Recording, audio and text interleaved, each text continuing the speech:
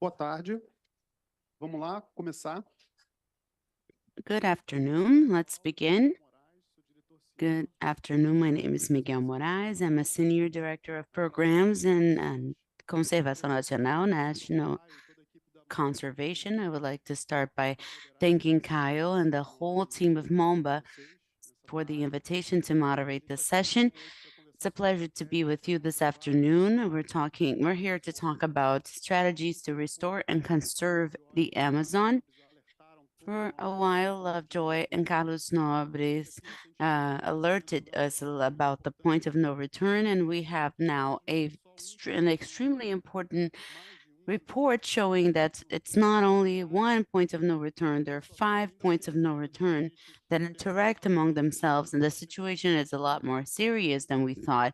We're reaching a threshold where we're going to have maybe an irreversible situation, and we have to conserve what is left of the Amazon, restore it to guarantee connectivity. We're going to have to do that through mechanisms of command and control and other market mechanisms. We have to promote this connectivity among the areas, and we have to do this together, guaranteeing that all of the sectors of society are represented.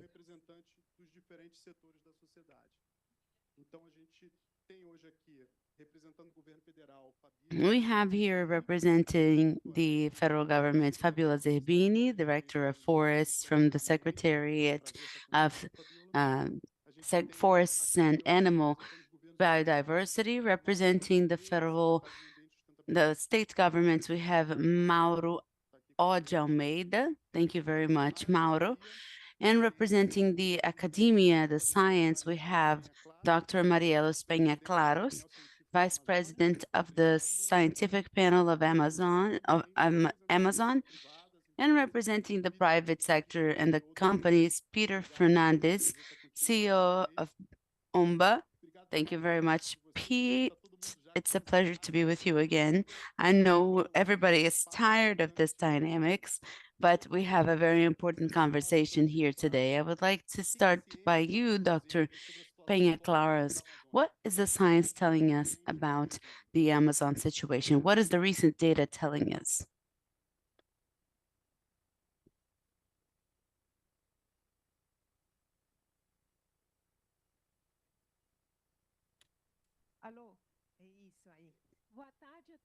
Good afternoon, everybody.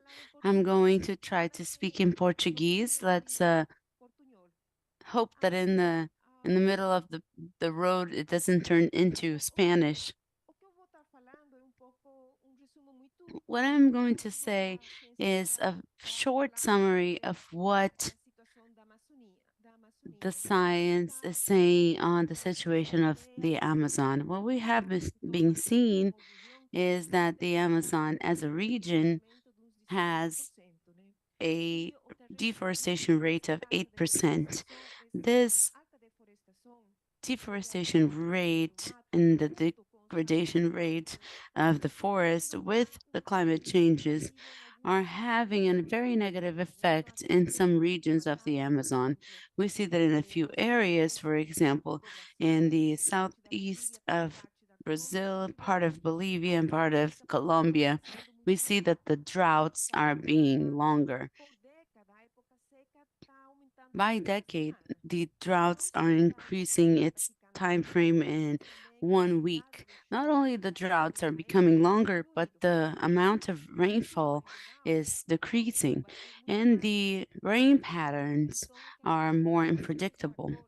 So when we join all of the factors with the high rates of deforestation in this region, it indicates that the Amazon forest has real hazards.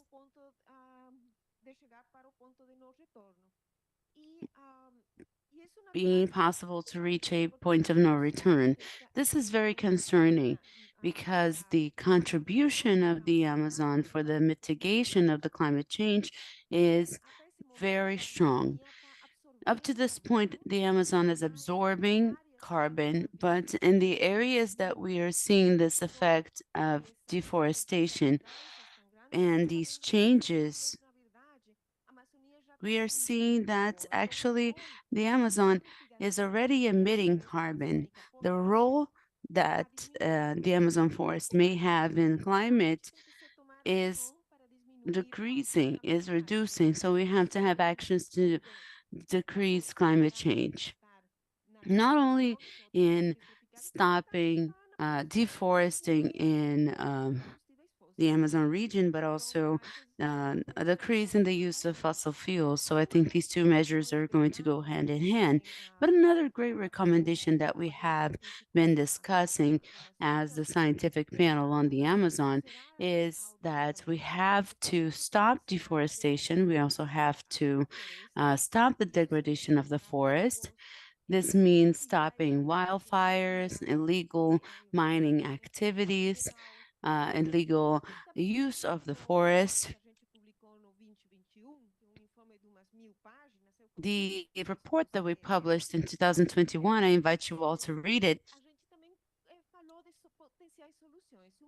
We talked about potential solutions. We talked mostly about the restoration arcs. We are used to talking about the arcs of deforestation, but we thought about switching it and talking about the restoration arts. We're very happy about the announcement of the Brazilian market, the Brazilian government, and the Pará government specifically in working for the restoration arcs. Another topic that we proposed is the topic of bioeconomy.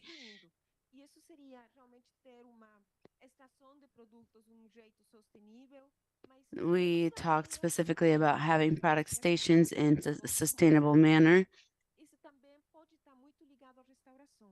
And that might be very connected to restoration, especially in agroforest systems. People are not only producing, but also helping stopping the degradation of the system. Excellent. Thank you very much, Doctor. Now let's move on to you, Fabiola, to mention the work of the federal government. I would like you to talk about what the federal government is doing to avoid the point of no return. Thank you, Miguel. Thank you very much for the invitation. Another moment to be able to advance in this conversation. I'm very happy that the government is very aligned with the science. The elements that I'm going to bring here are some of them recent and some of them resumption of processes that have been in the legislative framework, and then other ones were convergence of public policies. Talk about the PPC-10 or Phase 5. They are catalyzers of several actions in the reforestation program. You're going to see that we have a combination of command and control with agendas that are structuring, that come from restructuration, the bioeconomy of the standing forests, territorial organizations. They bring the perspective that we have to contain what is happening now, and we have to effectively structure a new use of the forest and a new way to see the forest, ordering the territory, and also giving conditions for the standing forest to have value and having their peoples being able to live off of it. This is a decree that is going to be published about the bioeconomy of the standing forest. It is very important, and it's the innovative factor of this year. The bioeconomy of the standing forest, it is for the first time not a short-term project, but a medium to long-term project, putting the forest as a pillar of development in the country. So the dialogue between the Secretariat, National Secretariat of Bioeconomy with the Ministry of Finance is very intense. The ecological transformation plan and the environmental taxonomy plan are paramount for us not to only live the experience in the field and structure this chain, but internalizing the bioeconomy of the standing forest effectively in the macroeconomic decisions of the country. This means levying in the tax reform and in the rural credit mechanism. And the rural credit mechanism is proven to fight against the deforestation associated to the agricultural production. And the AVEG plan that is effectively about restoration. This happens all systemically in a very coordinated manner so that we can look at the Amazon and combine a series of mechanisms. We have some recent studies with IMP of secondary vegetation. We saw that 21.5% of the Amazon is composed of secondary vegetation. And we have to have a policy of protection to deliver ecosystemic services and effective social inclusion. With a deeper reading, how can we protect it so that we can create a big work stream of natural revegetation? I was reading the data of IPPC today to study for this panel, and practically from 2018 until 2021, the same amount of reforestation was identified, and the same amount of areas were identified as degraded areas. And the agenda of recovery of native vegetation, the AVEG plan, brings a proposal to recover the degraded areas, started as the native territories, more than 3 million hectares only in these degraded areas. As a prerogative, it's mandatory for the Brazilian government to bring these areas again for ecological services, to deliver ecological services. But we have other aspects like climate, adaptation, and also for the Amazon cities. We can not only look at them through the optics of the forest. We have to bear in mind also this economic activity of the cities. And I would like to say that these three elements together and combined systemically will bring us good results regarding fighting deforestation. And we have to have a medium to long-term view from the Brazilian government, and very responsibly, in order to structure and pave the way for us to have a different situation in the next few years. Thank you very much. Secretary, what about in the state government? What is happening in Pará? What are you doing to avoid the point of no return? Good afternoon, everyone. Thank you, Miguel, for the invitation. One of the things that I was most concerned about in the last few years was the fact that we have reduced deforestation in the areas that use the alternatives for the soil. So we already have anthropization, and the areas that are cleaned up for the pasture. So it is the allowed wildfire. There were no wildfires in new areas. There are areas that usually we see in our monitoring of wildfires and fires. So combined with the El Nino, which is going to be for 3 to 5 years happening, we have analyzed it to see if we are not past this point. Having looked at that, we have to take care and do our part. In the last 2 years, we created the state's bioeconomy plan, and we have now delivered the plan for restoration and recovery of native vegetation. One of its basic principles is to do the productive restoration or the regenerative agriculture And we understand with this plan a turning point to a new economy combined with our state plan of bioeconomy, with all of the things that we have been doing, like digital transformation and support for the plans and programs, payment for the environmental services, which is also included in the regenerative transformation. All of this set of elements combined, of course, with the fight against deforestation and wildfires is very important for us.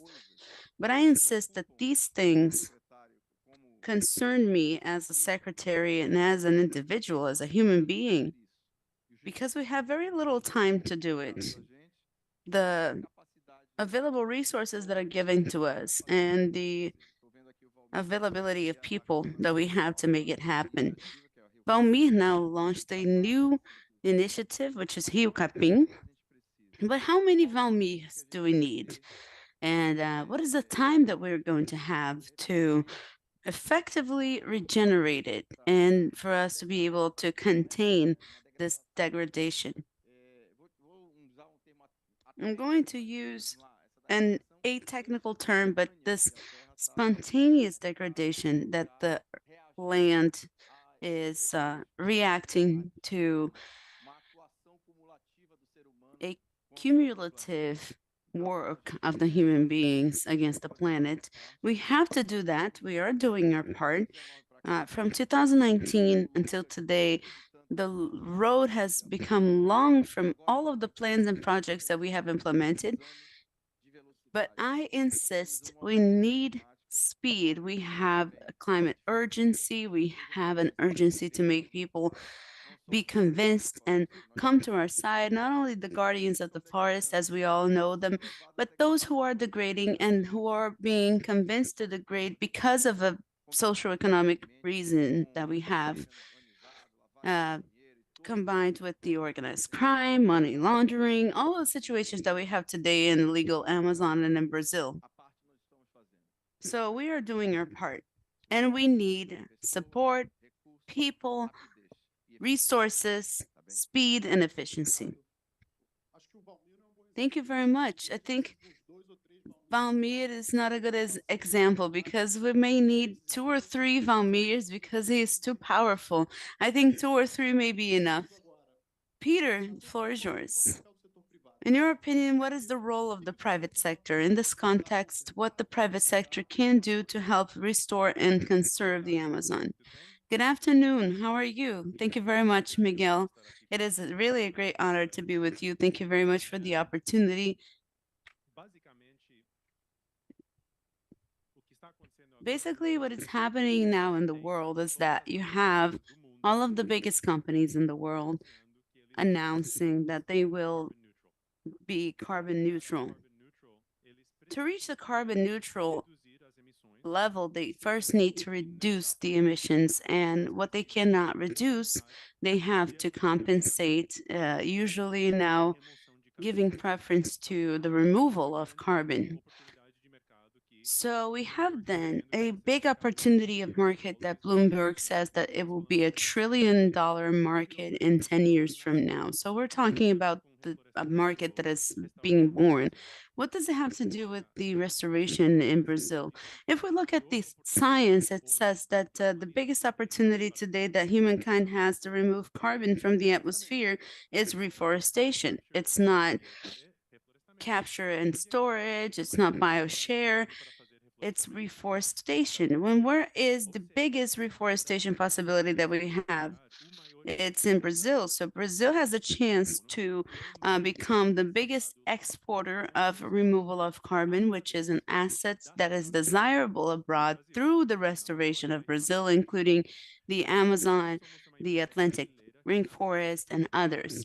So we are a Brazilian company that was born to bring this money from that market inside Brazil to apply it to restoration. We have captured until now 1.3 billion reais. We have a fund called the Amazon Reforestation Fund.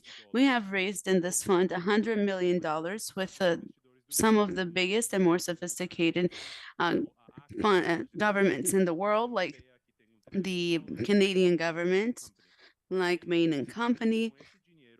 A gente faz reflorestamento nativo They e have invested in with this money would do reforestation of degraded pastures in the Amazon biome. This reforestation removes carbon from the atmosphere. We measure the carbon that is removed and we sell carbon credits. Our team is 20%, 25% PhDs, so everything we do is based on science.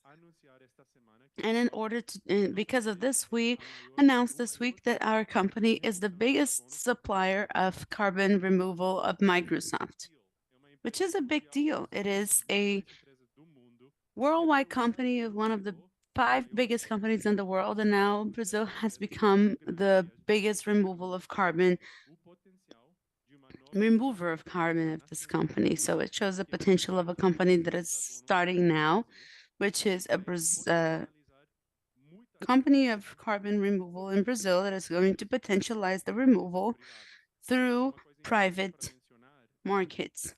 An important thing to mention is that carbon removal done with quality through restoration has a very high price abroad. We announced another business with McLaren where we're selling our carbon removal credit above $150 a ton, which is a very high price when compared to the history. That's how we can plant 100 different species without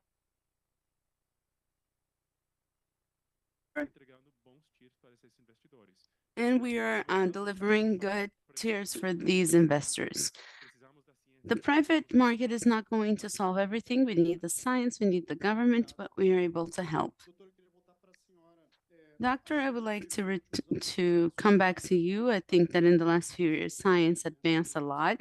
We have it very clear what we have to do, but we need to gain scale and we need speed. E o que a ciência pode fazer para nos ajudar a And otimizar what can the science do to help us optimize the results of conservation and restoration?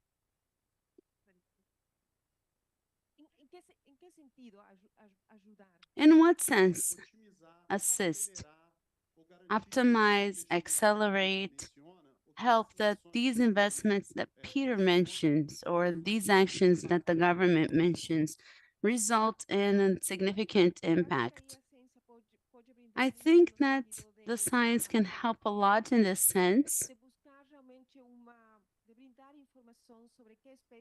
Gathering information about what species they can use. I'm very happy to hear that you are working with up to 100 species, because I think that we have to have a view of restoration that is not going to lead to a monocrop of eucalyptus.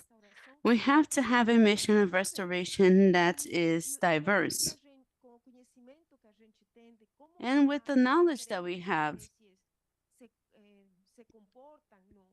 about the behavior of different species in the field, how they work, and what requirements they have, we can increase the speed and we can put together a forest that looks like a natural forest.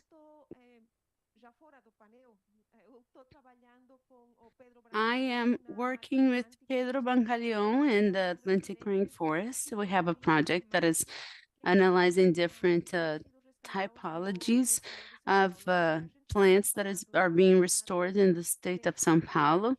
We are comparing data from the restored areas that were restored 20 to 30 to 40 years ago, and some of them work with 100 to 80 to 100 species. What we see is that in some spaces, we see some indicators of the functionality of the plant. Sometimes they start very different from each other and they converge throughout time. If we select well the species that we use, we can really increase this process of recovery. In this sense, Going back to the topic of degraded areas that you were mentioning, it's very important to mention the topic of agroforestry. In some cases, they're using the theory of ecological succession to the side the topics of agroforestry. So they start with 100 species and they end up using weeds. So working with degraded forests, as you were talking, we have to think about this very cautiously because there are a lot of areas of forests that are recovered that if they are not recovered well, they will end up being deforested again.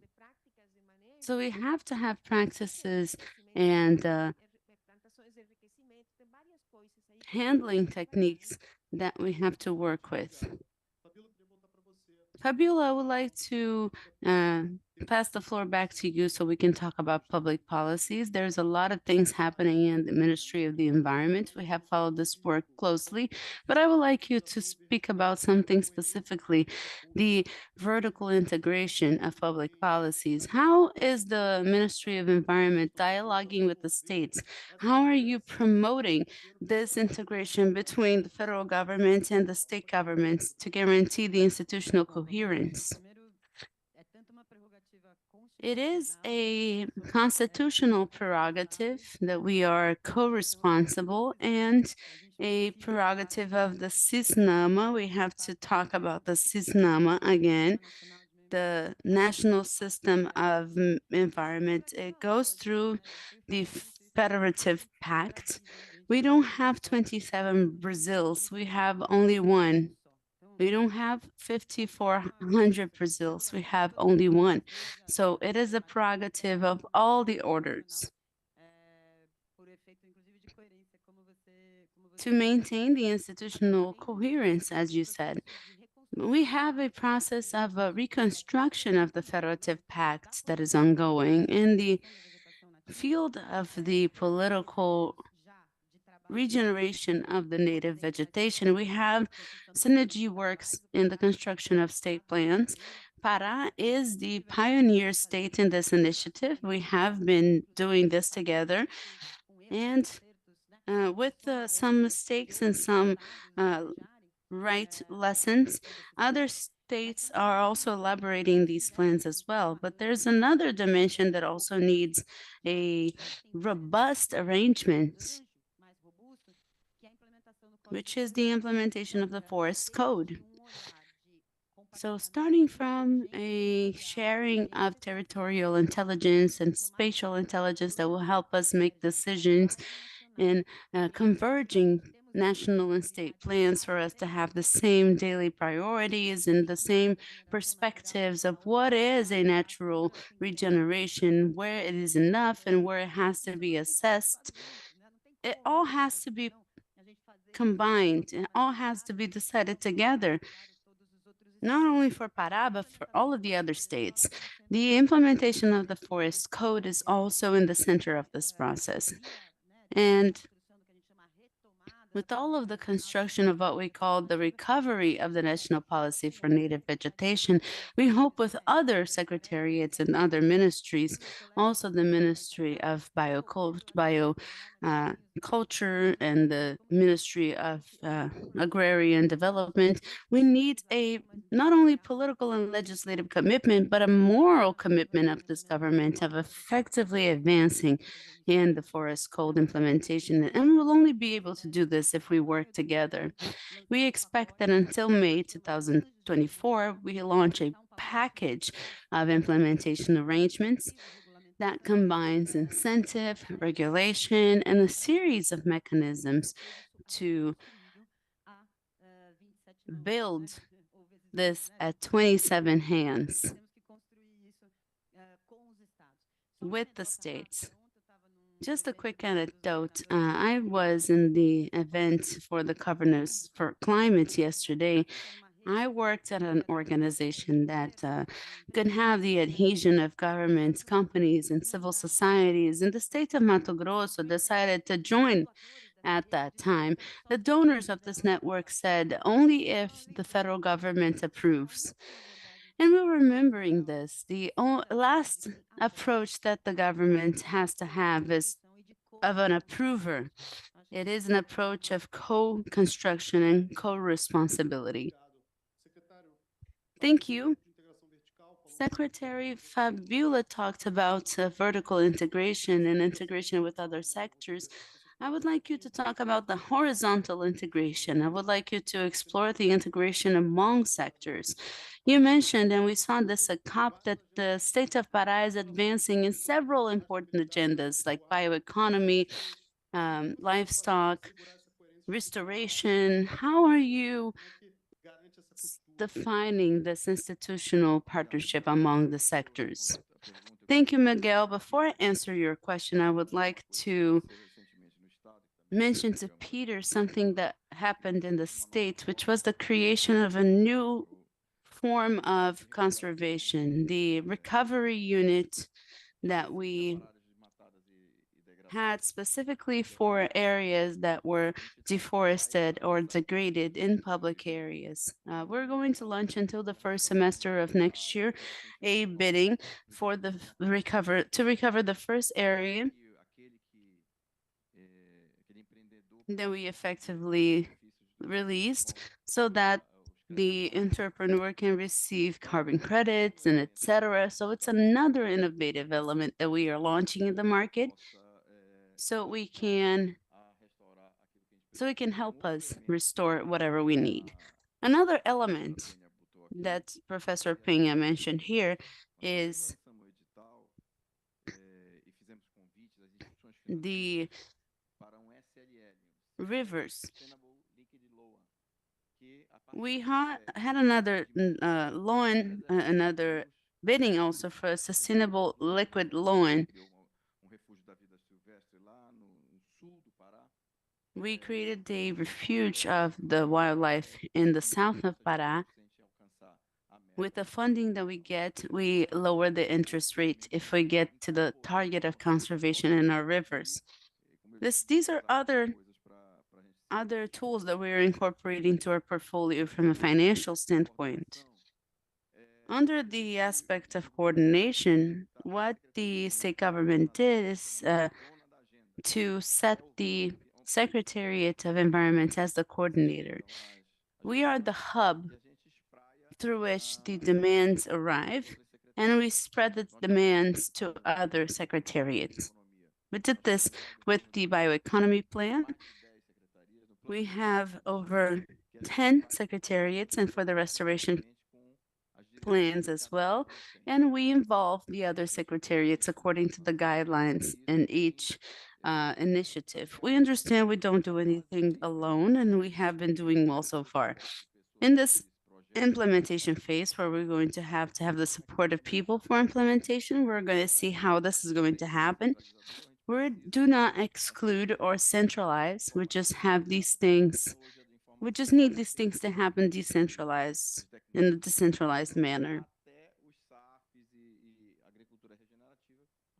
We have the agricultural secretariat, for example, taking care of the SAFs and the regenerative agriculture. So our exercise is to do the coordination.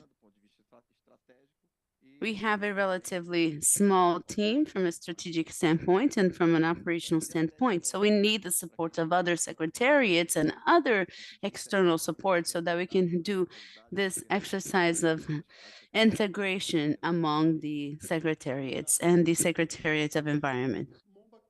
Peter, I'll return to you. Momba has a practical experience that adds to this conversation. You talked about your work strategy, your policing strategy, but what is the result that you have gotten and how the company is dealing with the logistical and operational challenges that happen in some places of the Amazon?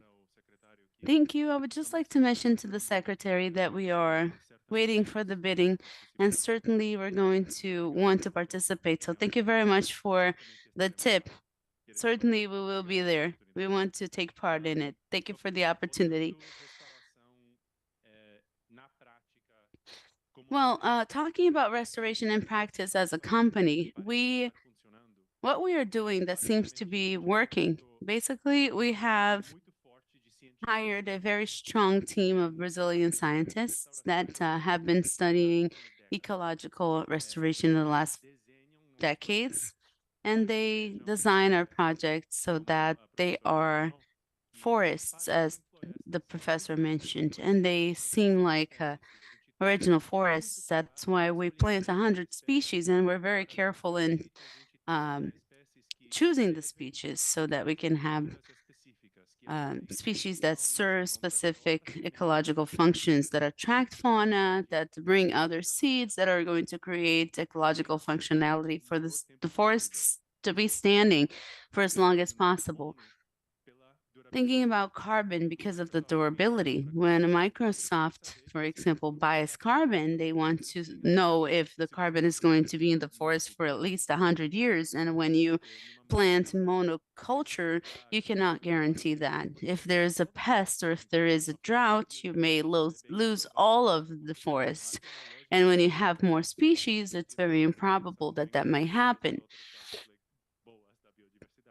Thinking about other good parts of biodiversity like bioeconomy and the biodiversity in itself, which might become an opportunity for the market.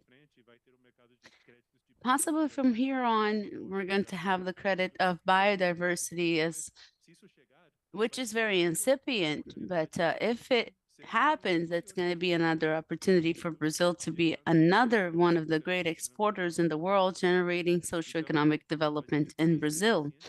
So we have these scientists, which are our intellectual leaders. And what we did, which I think is new and I think is innovative, we also brought one of the most important production leaders in the forest world, like Bracell. They have already taken care of other 50,000 hectares of eucalyptus a year. And now they're working with the scientists to work on the same scale with the planting of biodiverse forests and assisted natural regeneration. We use it in about 20% of our lands. We choose our lands by using data science to see what lands have more potential of natural regeneration, because this helps guaranteeing a long durability and high functionality forests. So this is assisting us. This is working in the industry. We're managing to plant a lot of the area very fastly, and we see rapid growth. We see lots of studies in the academia and in NGOs that show that this is working. So in the company, for example, we can fertilize our plants 5 times in the first year. We can we can deal with the weeds in the first year. So we handle the lands hyper intensively. So when you see the 5 months, we have 6-meter trees. It is very impressive. We believe that this approach is working. We call it native and biodiverse reforestation and industrial scale. When you go to our forest, it doesn't seem like a small scale project. It seems like an outdoor factory. We have a 3-hectare farm. It was a pasture with 3 employees. Now we have 60 employees that have legal work contracts. They're working with PPE. They work every day with a safety training. We have tractors guided by GPS. It is industrialized. This is bringing wealth to the area. This is creating good jobs. It is a win-win situation indeed. very nice. It's very nice to have this contact with the practical experience, bringing what is happening in the ground to the debate. And I would like to bring it back to you. You mentioned the return of the AVEG plans, Fabiola. I would like you to talk a little bit about a little bit more about this, but emphasizing the role of the civil society. How are you creating space and engaging the baseline organizations that are involved in the concrete restoration and regeneration actions? Bom, obrigada. Eu acho que mais do que a Thank gente you. I think much more than abrir novas frentes, como a owning up to the commitments and opening new work fronts, as we have been announcing in this COP as the current government, we also have to resume a political approach, which is extremely important. It's the public-private approach in governance. People go through politics, but governance remains. So rebuilding the political pact around this project, recovering 12 million hectares and reducing in 80% until 2026 the deforestation, among other goals, it goes through the political pact inside the ministries with the federal government and with the civil society, and to accelerate this process. But of course, governance happens with time, and we have to be calm and let this process happen, was to create a pact with the biomatic alliances of restoration. Restoration is very alive in the territories. It may not be, there may not be a alliance with the government, but the initiatives of the NGOs and the private sector, you are an example of the advance among others who are here. The biomatic pacts and alliances are a good reflection. They gather the intelligence of implementation. That is why in CONAVEG, which is the Public-Private Commission, we had the first meeting November 28th. Each member of the society had to had their candidacy endorsed by a network, like the Atlantic Rainforest Pact, the Caatinga Network. All of the biomes were endorsed by the civil society. But I would like to mention something about this pact, giving our political testimonial to the importance of science, is that if we can, through CONAVEG, through the public-private governance, organizing the public-private partnerships with political constitutionality, we are going to be able to take this enormous intelligence that you are telling here that we know exists in the NGOs, the academia, and the private sector. We can reinvent the wheel, and we don't have to. We can actually optimize the flow of our efforts, optimize the knowledge, and make decisions on this knowledge for us to be able to advance what are the best species, what are the best models, the priority areas. And with that, doing this with the networks, doing this with the academia, the private sectors is a lot more intelligent. But we have to be institutionalized. I cannot make a decision with you and this becomes a public policy. CONAVEG and other actions that are now being resumed, they come to help translating the knowledge, the empirical traditional knowledge and the scientific knowledge into political decisions. And that's how we're going to advance to have the 12 million, but much more than the 12 million, the conserved biodiversity, the populations and systems where they have dignified lives and livelihoods. We are in a climate convention. The recovery of native vegetation nowadays is always in the climate agenda. to mitigate the climate risks in the cities, but to mitigate also the risks that come from agriculture. We invite these networks to participate with the states. We have at CONAVEG the states with the private sector and the other ministries. We will be able then to make decisions that are structuring and decisions that are very solid from the standpoint of the political pact. And then we're going to be able to advance in an implementation with autonomy and playing the same music. Following this process is very nice. I have taken part in the Biomatic Alliance networks, and it's a very hot topic.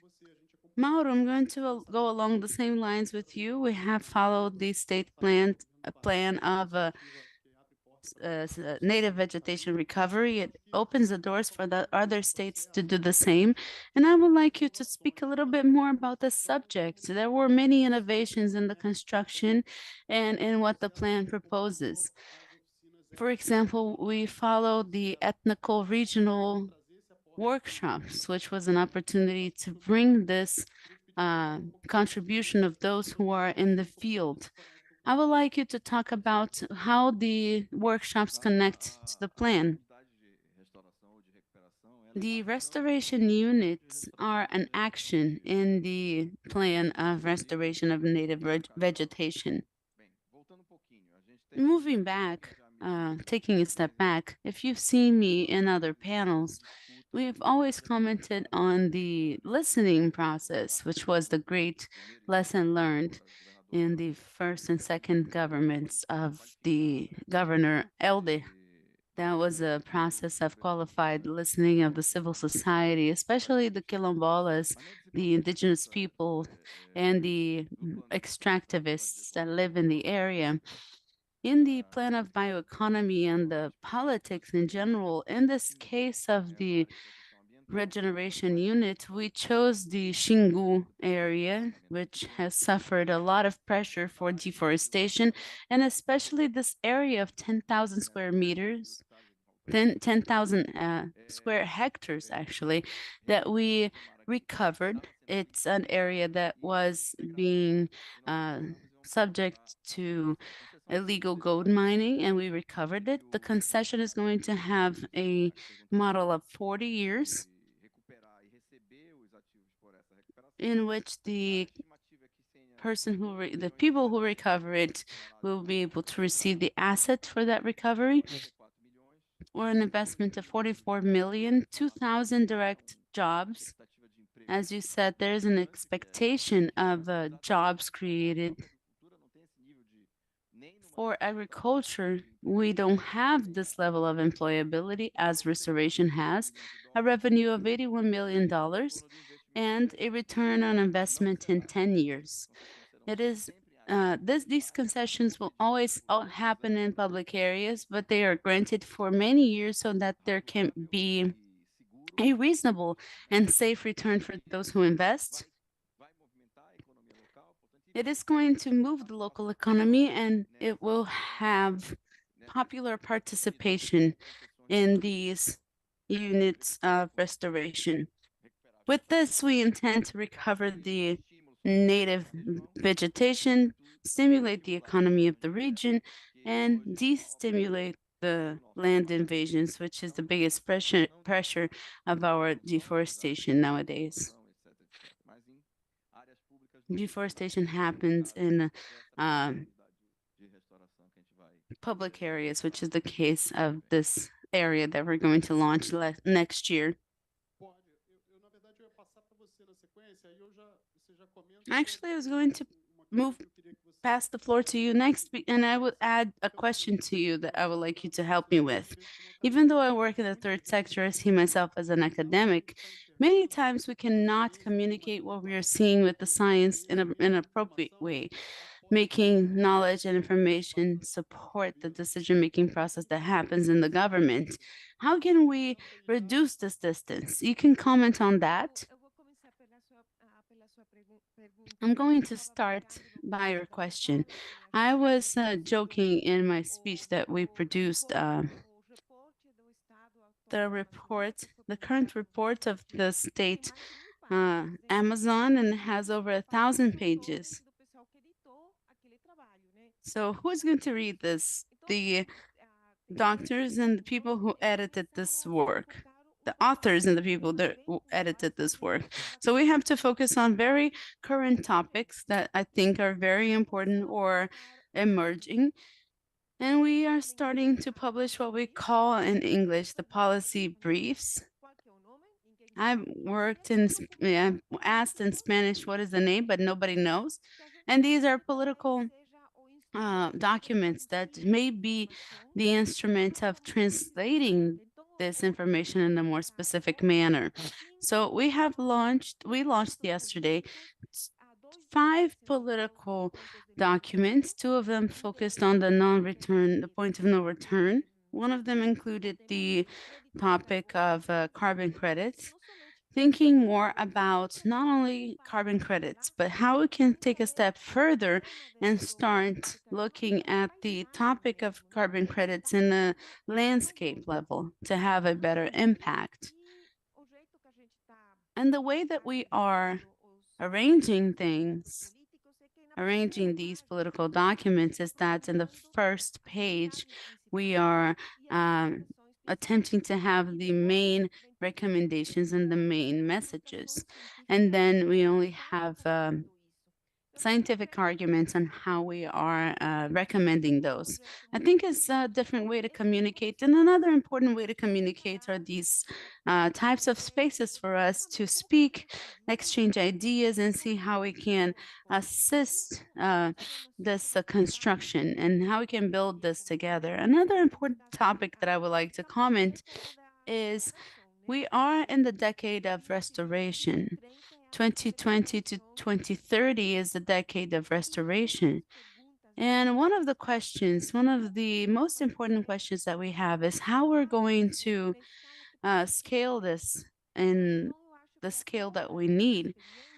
I think the exchange of experience among a private company and the government and other parties, I think this is very important.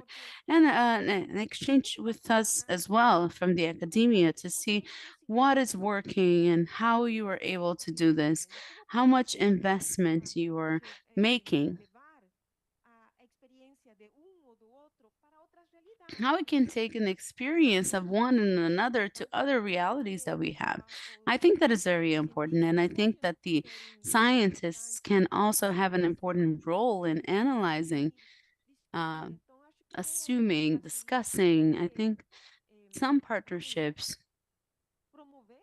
have to promote and incentivize. For example, we have published last year a policy document on those restoration arcs. And an important topic is everything that you were mentioning on governability. Governance is extremely important. And the security of having access to the land, as you were saying, with the 40-year deadlines, is the kind of security that those who invest want to have. Or else we cannot foster this kind of investment. Peter, we're going to talk about market again. Lumumba has an innovative business. And necessarily, it needs the whole restoration market with input, services, technology that is employed, workforce. In your perspective, what is missing for us to restructure this restoration market? We talked to Garo, and Garo said, let's focus on this third sector and help us structure the market of restoration. In your opinion, as the leader of a company, what is missing for us to structure this restoration market?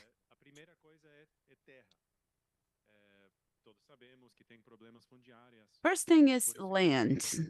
First thing that is missing is land. That is why it's so interesting for us, the granting of a land because a granting of restoration because it's an access to a big amount of land. That's why we're preparing to participate.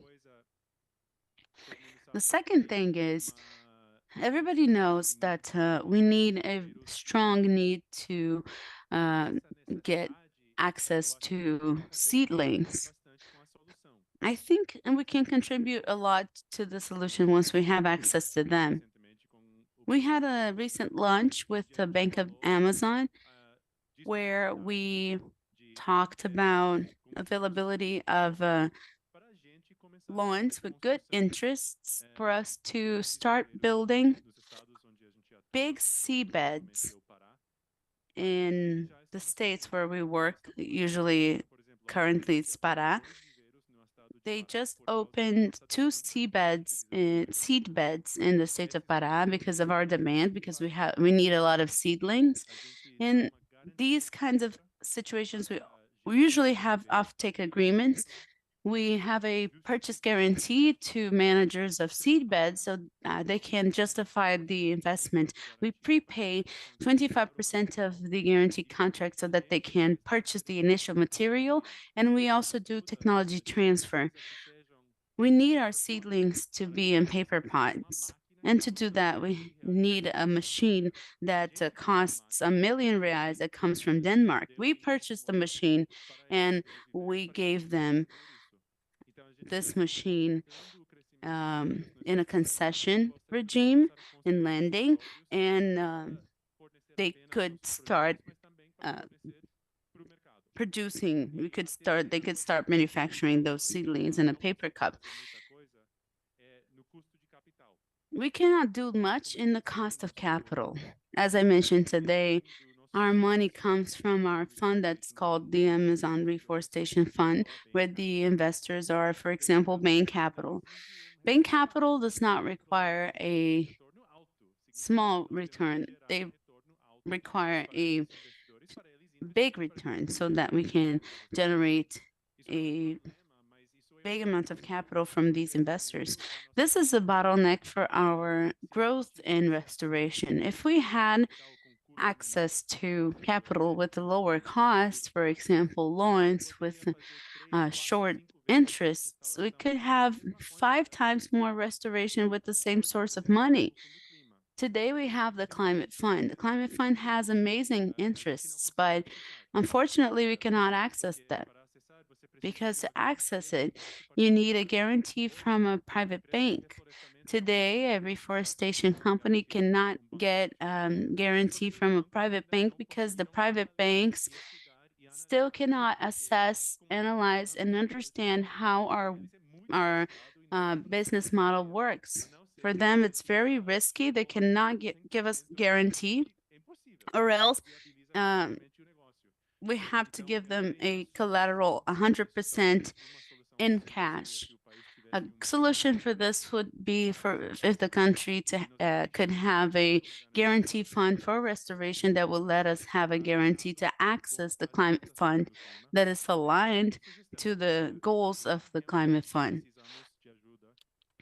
There, we have to have the help of the private sector. Para vocês, mas a gente tem mais 15 minutinhos. E eu Okay, well, I'm not a selfish guy. I'd love to stay here and ask you tons of questions, but we don't have enough time. We just have 15 minutes. So let's go to the audience and give them the chance to ask questions.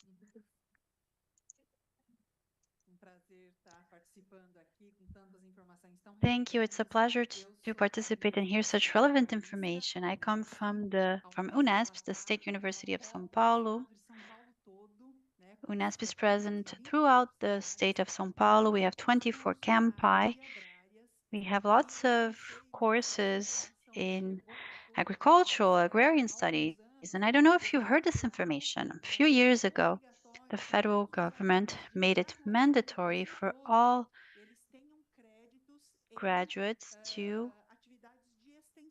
perform extension activities. So part of their activities have to be done outside universities on the ground.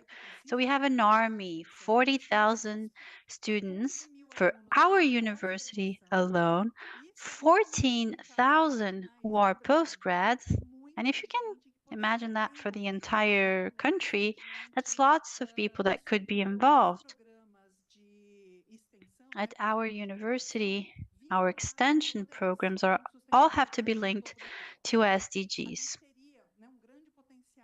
So we would have a huge potential to be able to contribute to everything you've brought to the debate. Professor Peña said there's not enough people to be able to multiply the ideas that exist. So it'd be positive for you, but it also would be positive for them, for instance, to be interns at Mombac. I don't know if that's possible. And we're committed to focus on how we can foster this kind of education where they're doing both.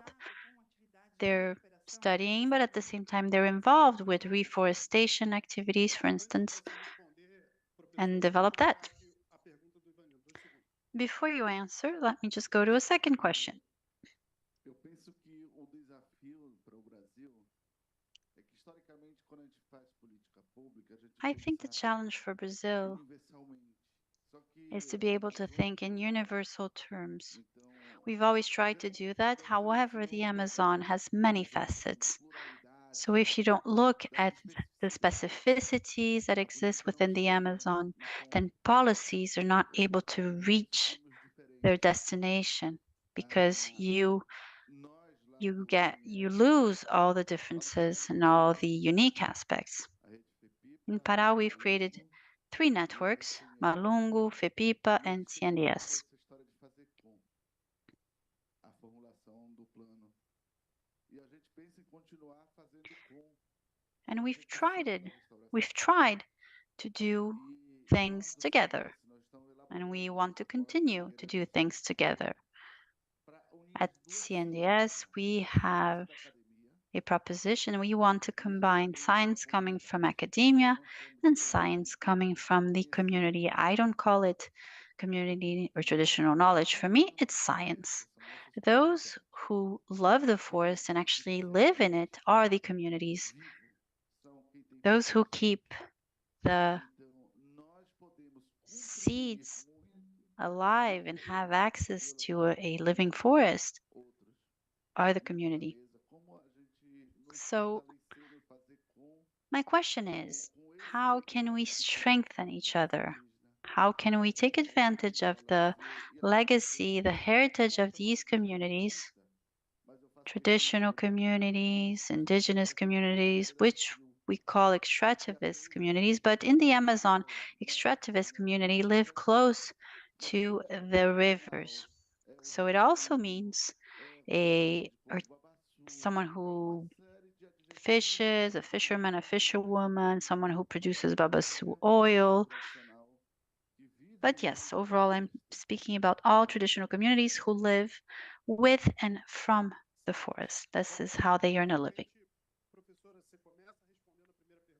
So maybe, Professor, you can answer the first question. Responder rapidinho e depois eu queria provocar uma última.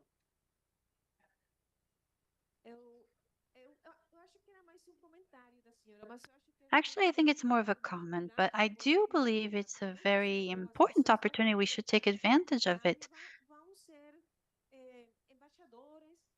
Even if the people end up choosing another area of studies or another area of work, it's good. They will become ambassadors. I didn't know about it. I love the concept, and I hope you're able to get some interns there at Mombac. Não, excelente. Eu vou falar também com o diretor de educação ambiental, professor Max Sorrentino, que é enfim, deve Professor Max Sorrentino, vai gostar muito também da ideia da gente pensar. I am going to talk to him about this because he will love the idea of combining public policies and academia. You're not the first person who has said that, so I think it's worth pushing this idea forward. What you mentioned is very important, Ivanildo. I'm going to mention 2 documents that have been feeding our work, as has all the information about spatial intelligence. One of them is the map that the extractivist movements made for the state of Pará during the state plan, action plan, and public consultation. The map brings a series of recommendations, and if you haven't had access to it, you can ask him or myself. And then we have a second, which is from the Observatory of Management of Community Land that defends that cause. Why am I saying this? Because the bioeconomy of a standing forest has to do also with extractivism, agroforestry, recovery, and forest management in a way as to have traditional peoples and communities at the center. This intelligence is important, needs to be quickly translated into actions. And Miguel, perhaps I will start with my final comments. We have two positive news. Two good news. All the bidding processes that have started, including for the Arc of Restoration, 450 million reais from the Amazon Fund and 50 million from the Climate Fund. So the 450 million that come from the Amazon Fund have to go to conservation zones, indigenous land, settlements. We also have a project about the productive forest, together with two ministries that's focused on that, on those zones specifically, on those types of lands. So this is important. However, we need to go beyond. The implication is not just participation, but making them economic actors or main players, knowing that our system is not shaped for them. It's shaped to help large producers and not these communities. So there is a commitment through the different bids that we have started. Of course, we don't have a final answer, but we do want to know more and develop these solutions together. And it is that dialogue which will allow us to have unique propositions for each, treating them all be based on their specificities. We know there is not a single solution that will solve all. Unfortunately, I think we don't have any more time for questions. However, please grab onto them, ask your questions as soon as they leave the stage. To close, I think we need everyone to be involved to be able to scale up restoration, conservation. We need scientific knowledge. We need traditional knowledge. We need to get the knowledge to reach those who make decisions, because otherwise it doesn't work. We need innovation. We need speed. We need scale. I want just final comments from each of you, and you have to be very quick. We only have 5 minutes, and people are looking at me. They don't think we're going to finish on time. What makes you believe that we will be able to avoid the point of no return? Please, a message of hope. Few words. On my perspective, from my perspective, the only way for us to be able to have the world that doesn't heat below 1.5 is if we can remove 10 billion tons of carbon per year by 2050. The biggest opportunity for humanity to actually be able to remove carbon at scale is through restoration in Brazil. So I am happy to see that we have academia, government, and now also private companies all focused precisely on that goal. So we have, in my opinion, the necessary ingredients to be able to execute quickly, to scale up quickly, and we have to set the targets, what we call 10x goals. Our targets have to be ridiculously large, so large that you're afraid of actually looking at it. And we have to get there, even though it's a ridiculous target. And I know it can be done. Physically, it can be done. It's about getting it done. Great hope and ambition. Fabiola, I have 3 examples, but I mean, there are many others. The first is making sure popular movements, traditional communities take ownership of the agenda, and that the dialogue that gains strength, because it doesn't have to be a request. It has to be made as a demand. And this is demands that we're hearing from youth and many others. The other day, I don't remember which day, we've been here too long, but the potential that these 4 companies, Mombac, Regreen, Belterra, and Biomas have, just to mention a few, the potential they have in terms of CO2 stockage is amazing, and how fast you've been able to mobilize resources to get it done. This brings me hope. And third, the strength and the power of networks, of collectives that defend different biomes, that defend restoration. Miguel knows this, you know this. It's always been alive. And actually, despite all the difficult political events that we had in the 4 years of the previous administration, they were able to even grow. So this is what we need. We need engagement.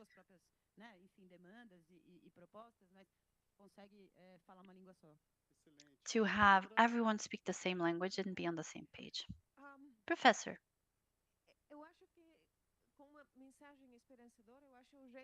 Well, a message of hope, I think, is precisely the fact that we're here having this discussion, exchanging experiences, so important.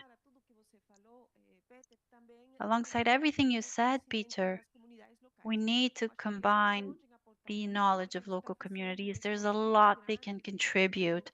We're doing a lot of effort within the scientific panel for the Amazon to try and have that knowledge be included in the discussion. So we have many authors and they can contribute a lot. I truly believe that. The challenge is big, but I agree with you. We need to have a crazy target, a ridiculously high target. And one of the solutions of our report, as highlighted in our report, is being able to have this vision of a live Amazon. This goes through various topics: justice, sustainability, well-being. This is the target we need to see ahead, and I think we will continue striving for that, and a lot can be accomplished. I also believe we need to have a vision of the Amazon in its regional perspective.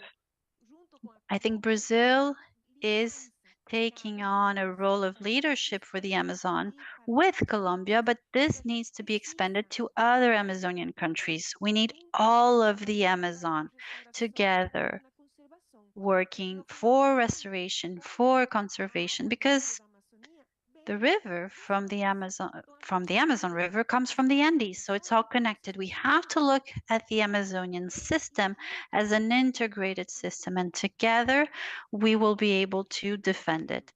Thank you, Mauro. You have just 1 minute. Well, first, I think we have an ethical commitment to our generation and next generations. We have a duty to be committed ethically, to have the debate be inclusive. And I'm going to bring a religious reference, which is what I want for myself and what I want for others.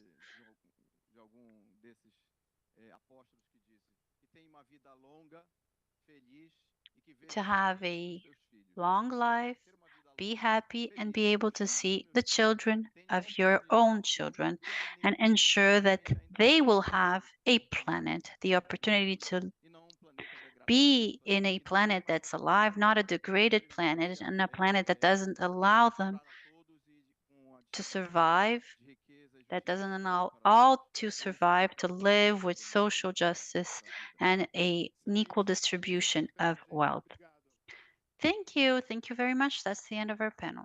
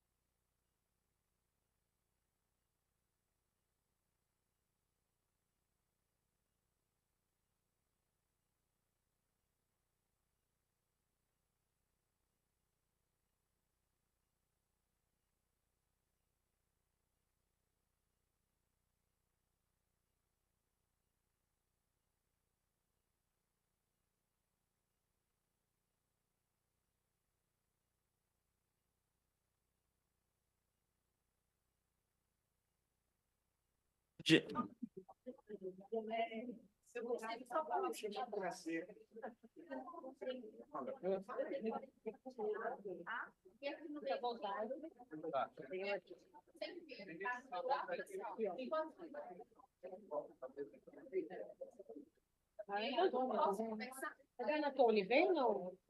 Tá na negociação.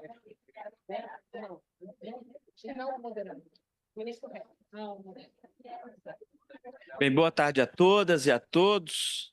Eu sou Herman Benjamin, ministro do Superior Tribunal de Justiça, e nós vamos dar Hello, everyone. My name is Antonio Herman Benjamin, Justice at the Superior Court of Justice, and today we are going to have a dialogue on magistrates, judges, and the application of the law in the context of deforestation in the Amazon.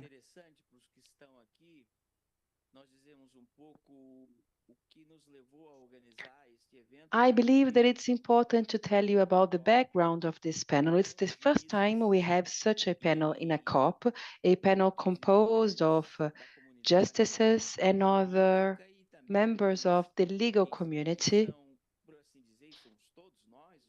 as well as all of us, Brazilians who have access to the judiciary.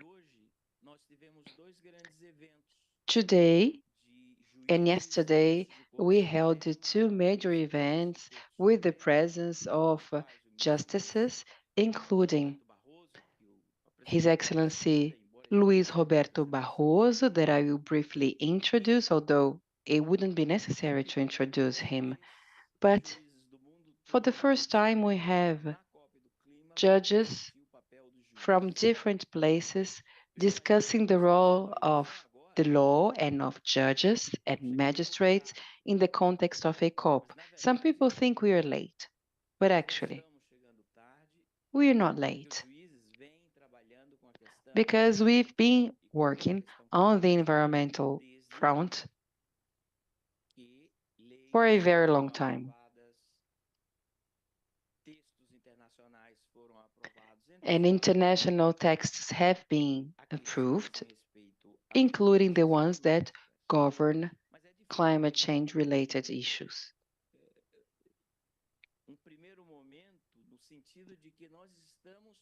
But indeed,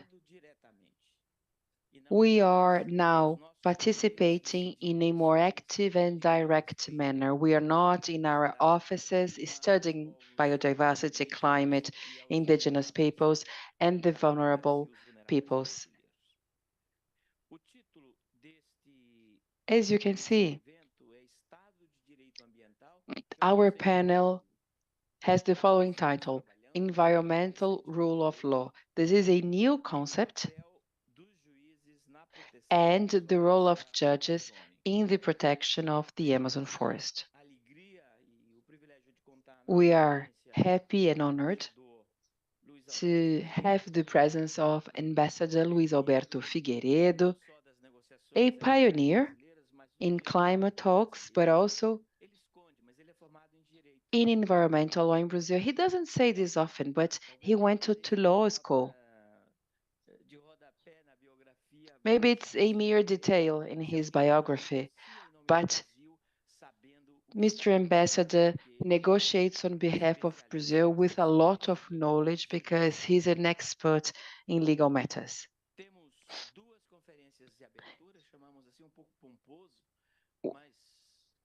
We have two opening conferences. I know we have the presence of a minister, of a justice, so this makes this event even so more important. But they will speak in a very straightforward manner, I'm sure. But I just wanted to acknowledge that we have two very important people that are here sharing this panel and that are going to discuss the climate, indigenous peoples, and also the Brazilian flora. Mr. Justice Luiz Alberto Barroso, I could describe him in detail, and I could start talking about his importance for the Brazilian public life, but I wanted to highlight a very important aspect. He's not only a good jurist, a good legal expert, but a good person, a human being. That's his most important characteristics. But sometimes a good human being gets accommodates, and becomes someone who's fearful. So it's so important to have a justice that is a good person, but is brave too. Unfortunately, in Brazil, in order to be a good judge, you have to be brave as well, and sometimes very brave. We also have a Minister, Sônia Guajajara. She's a symbol for all of us. She's not a symbol only for indigenous peoples. She represents the Brazilians, and we are deeply honored to have the opportunity and the privilege to have a Ministry of Indigenous Peoples. This is a civilizational milestone. This is not a milestone achieved by the government, but by the Brazilian population. After we hear them, I see that we have a good gender parity in here. I don't count because I'm very short, but I see 2 men, 3 women, and Minister Marina, who is about to arrive. So gender issues should be taken into account.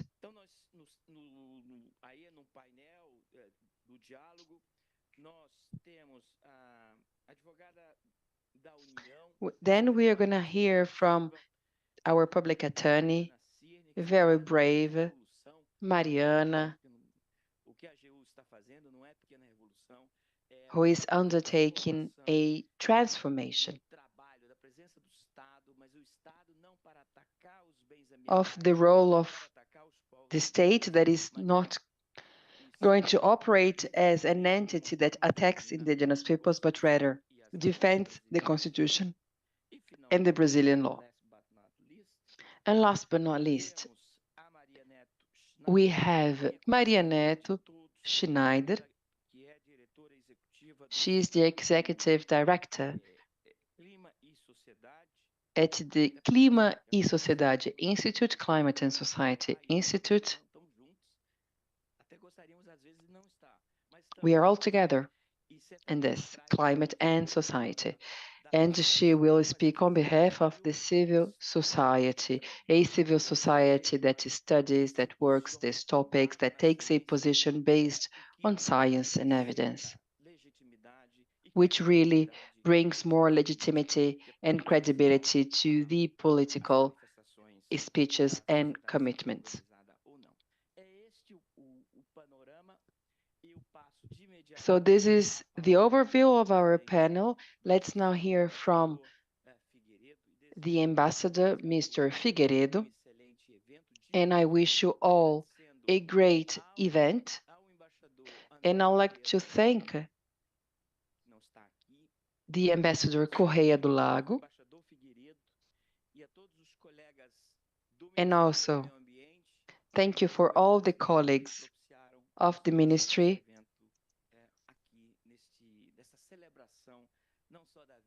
so that we could all be here. Thank you very much. Figueiredo, please, you have the floor. Boa tarde a todos, ministro Herman Benjamin. Good afternoon, everyone. Minister Herman Benjamin, thank you for your words. It's an honor, an extraordinary honor to be present at this event. This topic is essential for Brazil,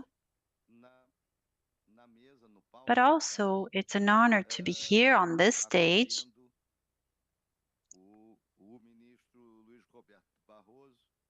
next to Justice Luiz Roberto Barroso, President of the Brazilian Supreme Court, Minister Sônia Guajajara.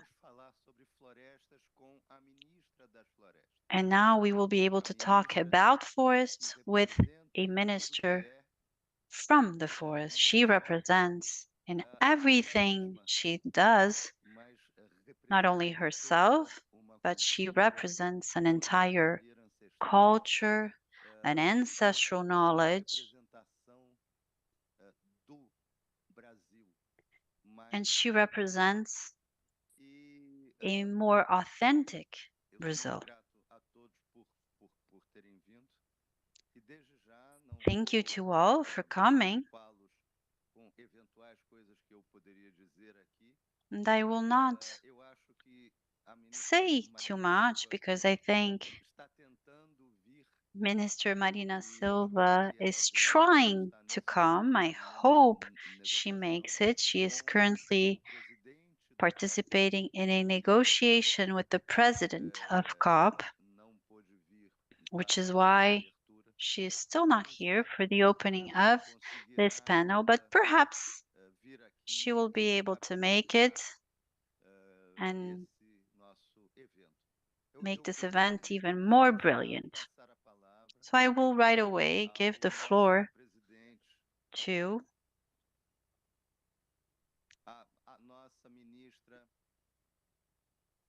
our Minister, Sônia Guajajara.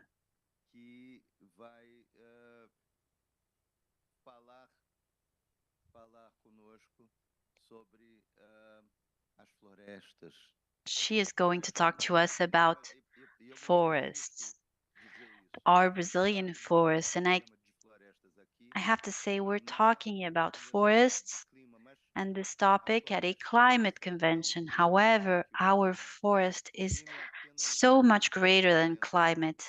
Climate is just one of the aspects of what forests really represents for all of us.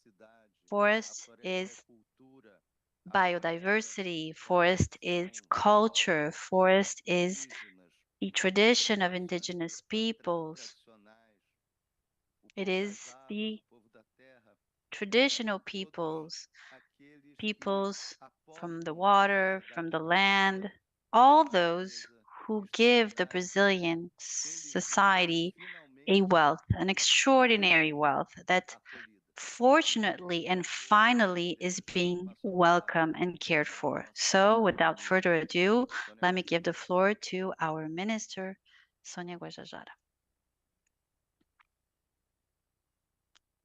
Olá, boa tarde. Cumprimentar aqui todas e todos presentes. Good afternoon. Greetings to all on behalf of the Justice of our Supreme Court. I'd like to greet every single one of you for being here. Thank you, Ambassador Figueiredo, for your introduction. I completely understand the fact that Minister Marina isn't here at the beginning because for a few days I was head of delegation when she wasn't here, and I was late for so many events that I was supposed to participate in. So I fully understand. We understand that today she's still not here because she's precisely participating in the negotiations. We are nearing the end of this COP, and we know lots is still being talked about. It's a bit complex. So thank you very much for the opportunity to be here. It's an honor to be next to you, composing this panel within the Brazilian Pavilion. I've spoken a few times here before, and every single time I went over time. So I am going to try and be very disciplined. I respect everyone who's here around me, and I prepared a written text to make sure that I don't go over the time that was allocated to me. So let me read my statement. It's an honor and a joy to be here at this conference with all of you to touch upon a topic which is so important: the role of judges to protect the Amazon. I'm glad that we're able to discuss this at COP. This is a space where the executive branch and civil society have always been a majority in terms of presence, but over the years, congressmen and congresswomen have started making it to this space, and more recently, we also have representatives from the judiciary power.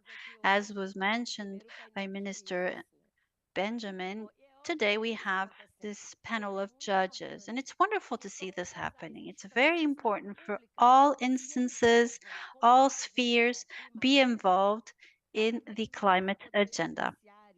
More and more, the judiciary branch has been asked to position itself in light of climate urgency and a right to the environment, a right to an environment that's clean, that's healthy, and sustainable.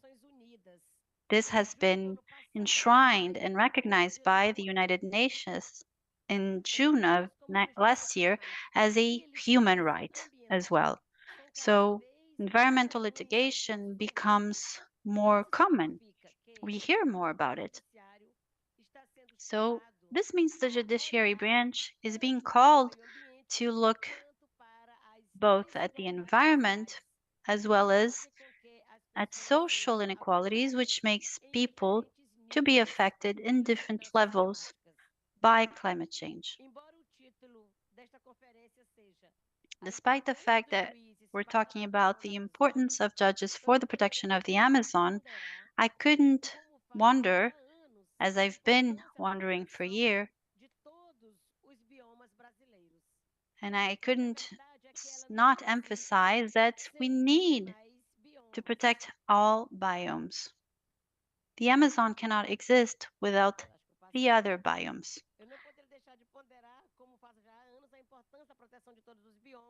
So it is very important to protect all Brazilian biomes. Yes, the Amazon is the largest. Yes, the Amazon has the highest biodiversity. However, the Amazon cannot exist without our other biomes that feed each other, that regulate climate, rain, and our water resources.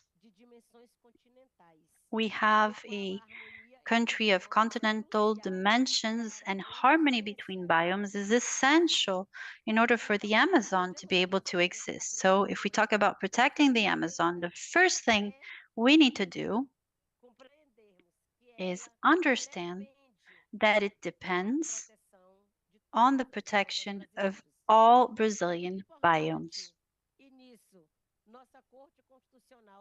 Our constitutional court has been very attentive to the understanding we need to have between protecting the environment and protecting other human rights. So when we talk about protecting biodiversity, we need to keep in mind that there is a social biodiversity that should never be forgotten.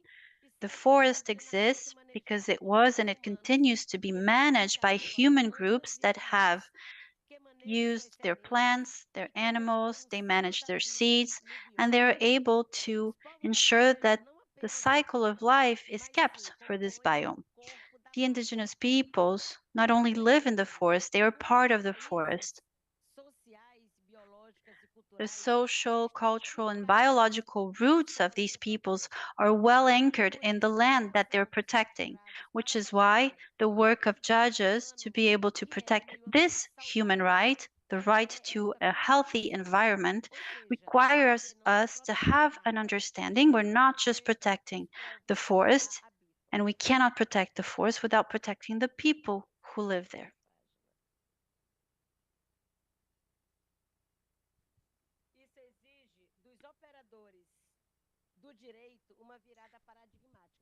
So those who work with law have to change their paradigm. It requires a paradigm shift. We need to understand nature and culture as a single thing, which is different from what the West modern thinking believes.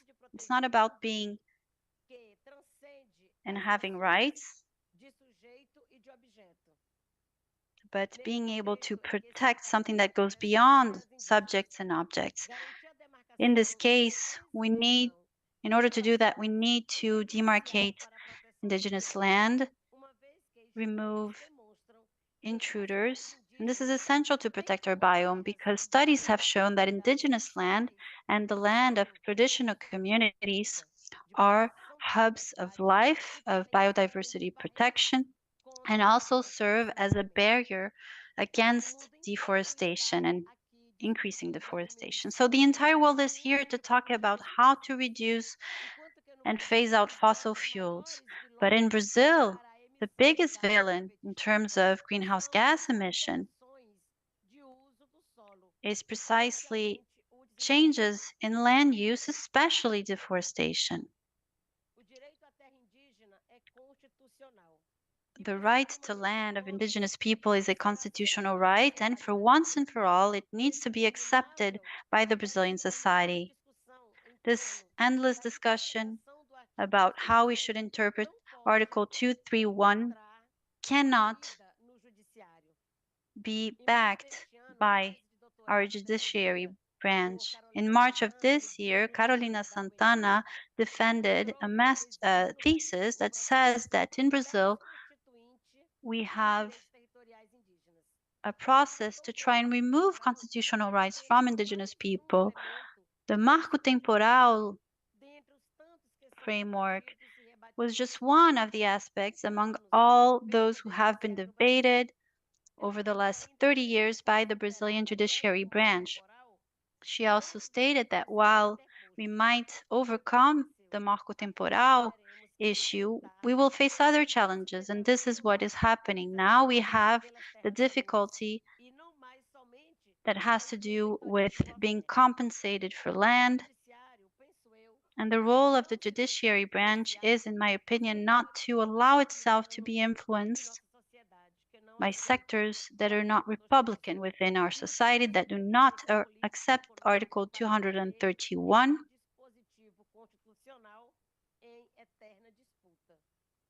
and who try and continue to dispute the rights that are backed and included in this article. Protecting the Amazon and our biomes is about protecting people. People who have kept for centuries a story that of livelihood, of living with the Amazon and with nature in a way that is not a predatory way. And I want to emphasize the important decision that was made by the Supreme Court about the Marco Temporal doctrine, which has also led to a whole discussion in our National House and today, National Congress, and today we still have this dilemma within the National Congress, and we have to start now we're no longer discussing if it's going to be approved or not, but whether if they're going to try and overpass or overcome the veto that President Lula imposed. So we're here to defend this as well. It's important to have indigenous lands demarcated. This is something we need to continue to advance, especially if we want to be able to meet that target and if we want to not reach the point of no return. The 2030 agenda will only be possible for the Brazilian government if we're able to advance, maintain Lula's veto, and advance in the protection of our land, demarcation of indigenous lands, and the eviction of all that have invaded these lands. Today, within our ministry, we have 32 indigenous lands that are being evicted, where intruders are being evicted. So we're removing illegal miners, illegal deforestation, land grabbers, and we will count on the support of the judiciary branch to continue doing that work. Thank you very much. Thank you very much, Madam Minister. Now I would like to give the floor to our Justice, the President of the Supreme Court. It is a pleasure to have you here.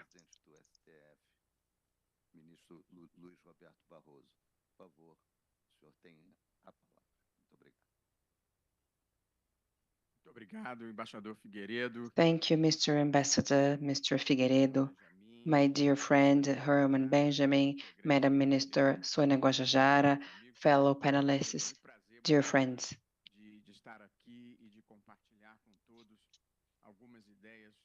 I'm very honored to share this panel and to talk about this topic, which is environmental rule of law and the role of judges in protecting the Amazon forest. I will address three aspects. First of all, I will address climate change and how important this topic is today and for COP28. I will then talk about the Amazon, its importance, and the environmental services provided for by the Amazon.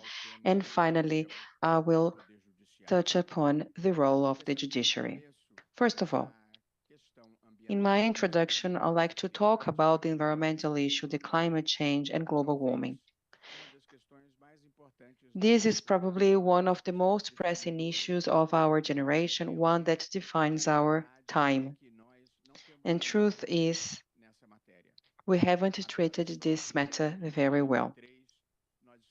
In 2023, the world is undergoing climate weather events, extreme weather events such as the drought in the Amazon, fires in Canada, floods in India, cyclones in Rio Grande do Sul, heat waves in Europe,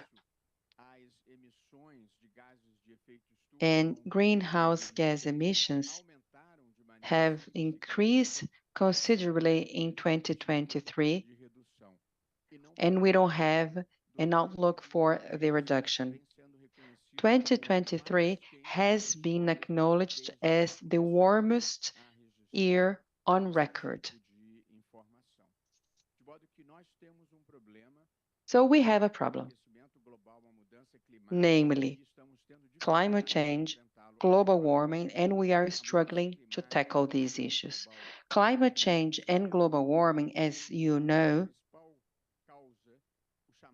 is caused by the greenhouse effect. And if you allow me, what is the greenhouse effect?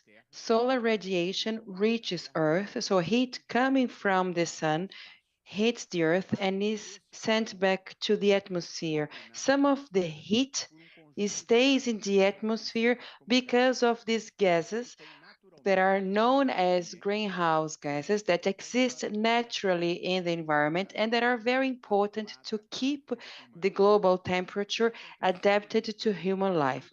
Nevertheless, since the Industrial Revolution, we have witnessed an increase in the use of fossil fuels, oil, natural gas, and coal. These use have led to the amount of greenhouse gas present in the atmosphere. As a consequence, there is a greater retention of the heat, which generates the global warming, which is one of the root causes of the climate change. And some factors makes it more difficult for the humanity to tackle these issues.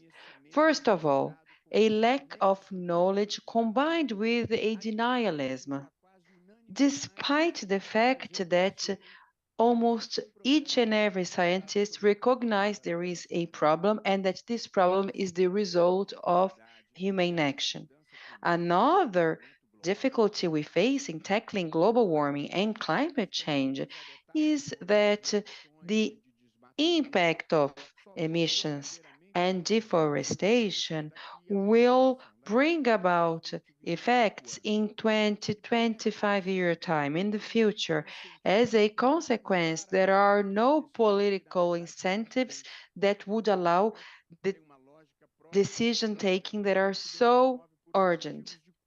Usually, the political agenda is mobilized through short-term objectives and taking into account that the results will only materialize into 3 decades, there is a lack of political will to take the most effective measures. And the third cause, the third reason why it's so difficult to tackle these issues is that there are no national solutions for these issues. There are no local solutions. These problems require global solutions that need the collaboration of all countries, because the emissions taking place in Brazil, in China, in the United States, the deforestation that happens in Brazil, the ocean pollution taking place in India or in other places worldwide, actually they do not respect any frontiers. So we need global action.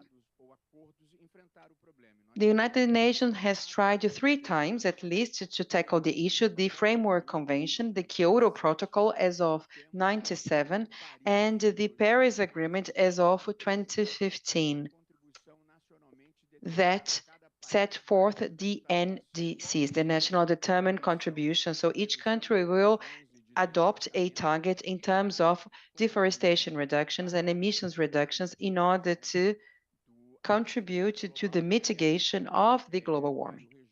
In this sense, it's important to say that Brazil has just reviewed its NDC targets. And more than that, Brazil has actually committed to net zero deforestation by 2030 and carbon neutrality by 2050. This neutrality means that the amount of emissions and the absorption of these emissions will be balanced, and therefore there will be no impact to the environment. So this is our scenario. Although Paris agreements are in force as of 2015 and an assessment will be carried out, truth is that we haven't advanced, we haven't improved, and we're struggling to implement the objective set forth in the agreement, in Paris Agreement, to limit the increase in temperature to 1.5 or 2 degrees Celsius as compared to pre-industrial levels. So this is a short description of the current scenario in terms of climate, which is the topic of the COP. And now, thinking about Brazil and the Amazon. As you know, 40% of South America is occupied by the Amazon, and Brazil has 60% of the Amazon territory. And within the legal Amazon, we have 25 million inhabitants. Statistics change, but between 20 to 25 million people inhabit the Brazilian legal Amazon, which is also home to more than 170 indigenous peoples, as our very dear Madam Minister Sônia Guajajara knows very well. So the Amazon has an importance that is beyond Brazil or globally because of the environmental services provided by the forest. As Mr. Figueiredo mentioned, one of these services is the biodiversity. And as a consequence, fauna and flora that are present in abundance, algae, fungi, that are essential for the ecological balance. When one species is destroyed, we don't know what systemic impact that extinction will entail. Also, the Amazon has a key role for the water cycle because it absorbs humidity. And also because we have the flying rivers in the Amazon, which irrigate central eastern area in Brazil. This perception of an antagonism between water, agribusiness, and environmental protection, I believe this is a contradiction because the agribusiness depends on environmental protection. It relies on the rainfall coming from the Amazon. And also, the Amazon provides environmental services that are extraordinary for the world, namely carbon capture. Through photosynthesis, the Amazon forest absorbs the carbon. So when deforestation takes place, this service is dismissed. And on the top of that, the gas is released, the carbon dioxide is released into the atmosphere, a carbon that was stored. So the preservation of the forest is a necessity for Brazil and for the world, given the importance of the environmental services provided for by the forest. Between 1970 and 1990, we had a culture through which deforestation meant development. So 10% of the forest was deforested. And this process continued until reaching a peak in 24 when 27,700 square kilometers of forest were cut down. And from that moment on, we finally implemented a plan to tackle deforestation in the Amazon, a very successful plan. So deforestation was reduced by more than 80% between 2014 and 2012. Brazil is the country that most contributed to mitigating global warming through a considerable reduction of its deforestation. And therefore, the Amazon was able to store more carbon. Unfortunately, as of 2013, deforestation grew again, and in the past years, except for 2023, deforestation rate grew exponentially, contrary to the Brazilian interests, both in terms of content and international image. If you travel internationally, you know what I'm talking about. The Brazilian environmental policy was so undermining for the Brazilian image. So we were seen with a lot of criticism due to the way the Brazilian Amazon was being treated. And I must say that preserving the integrity of the forest is very difficult when you really want to do it. Without political will, then it is impossible. Nevertheless, we still face serious problems in the Amazon and environmental crimes, including deforestation for pasture, grazing, for a very short period of time, then the land is degraded and abandoned. So we also have the fires, which are intended to clean the area where they can create pasture, also timber illegal production, illegal mining, and land grabbing. And now, the Amazon also is a route for drug trafficking and weapon trafficking. So if we are worried about the Amazon sovereignty, afraid we might lose it to other countries, listen, the risk we are undertaking is to lose the sovereignty in the Amazon for organized crime. Therefore, this should be part of the Brazilian agenda, organized crime, and not only in the Amazon, but nationwide. We need a public security policy that is efficient and that tackles poverty, inequality, but that also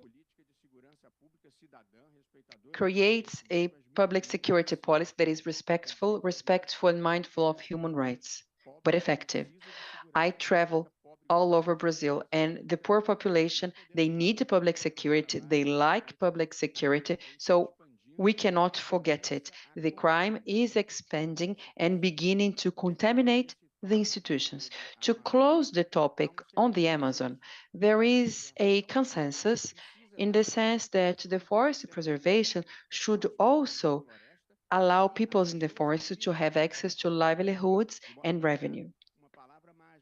So there is a magical word, which is bioeconomy of the forest. But this is a label. We need to know what it means in practice. I've proposed the organization of a big event with investors, environmentalists, entrepreneurs, peoples of the forest, where all together we can discuss it because the world is worried about the preservation of the Amazon. So we are looking for ideas, investment, but with preserving our sovereignty, but finding solutions that can give sustainability to the people living in the forest. So more than words, we need ideas and investments. Now I will address the last topic of my speech, and I will talk about law and the judicial protection of the environment and of the Amazonian forest.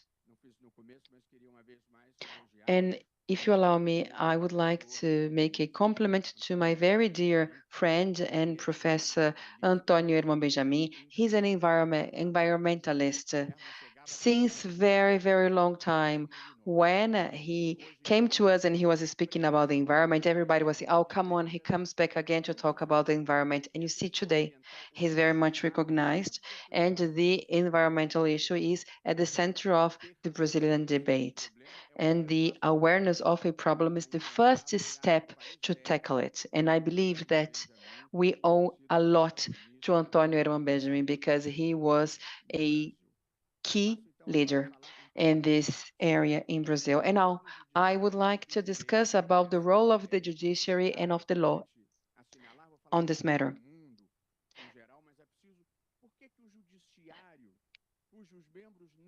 In the judiciary, the members are not elected, but they have a role to play in the environmental arena. And why is that?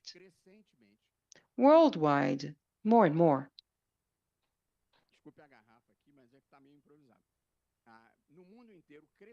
worldwide, more and more,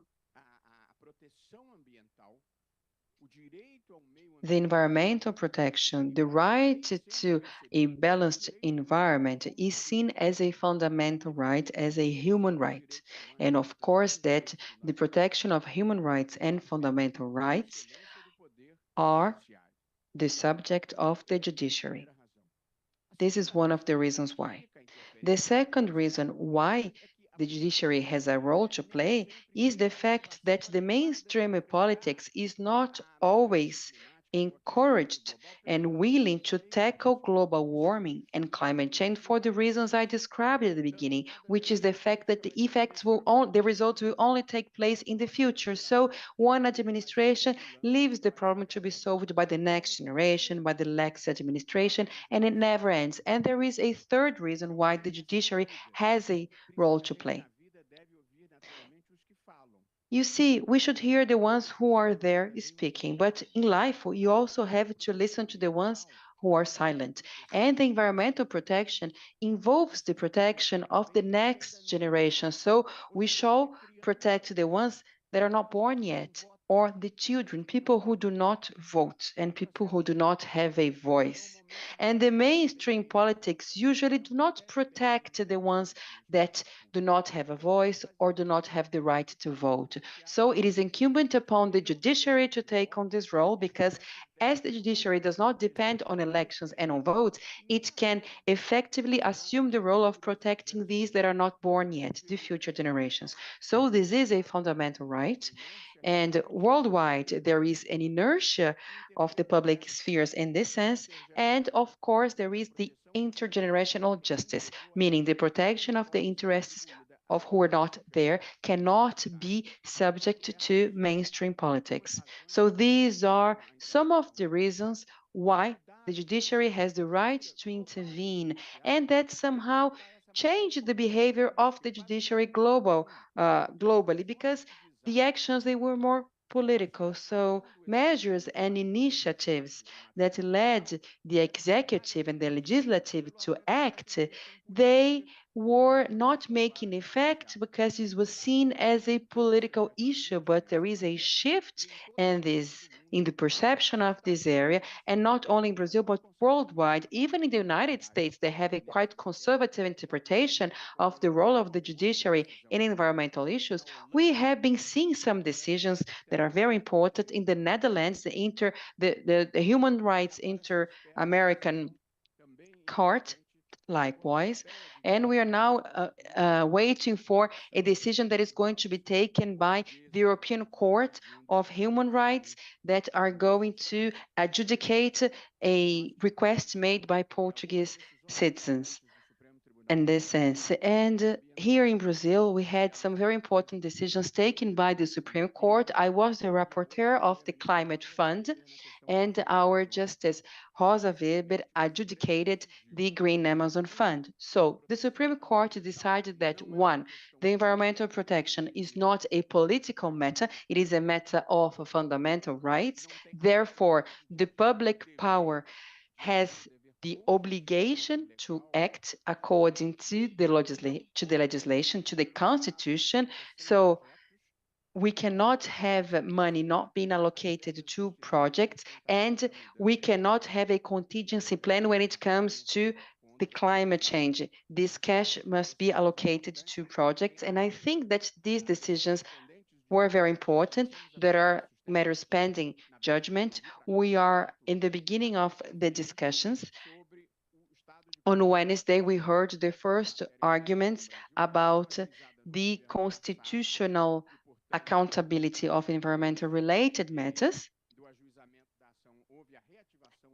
And after the lawsuit was filed, we began the discussions, but also we had some decisions taken by the Supreme Court. So probably at the beginning of next year, this matter will go back to judgment. And we also have the Appeal 179 aimed at the protection of indigenous people. So we tried to create a situation room and also some sanitary barriers, therefore expanding the medical service to indigenous populations, including indigenous population living in non-demarcated land, and we were able to provide priority vaccination to indigenous communities. I must say that I worked on this appeal, and it's not easy to enforce environmental decisions, because there are resistances depending on the moment, and this resistance can come from the executive, from the legislative, from companies, and from individuals overall. And you know, the judiciary does not control the budget. We don't own the cash. The judiciary does not control the use of force, so law enforcement are accountable to the executive branch, and the judiciary does not control command and control institutions. And this is my point. The enforcement of judicial decisions rely on the other powers.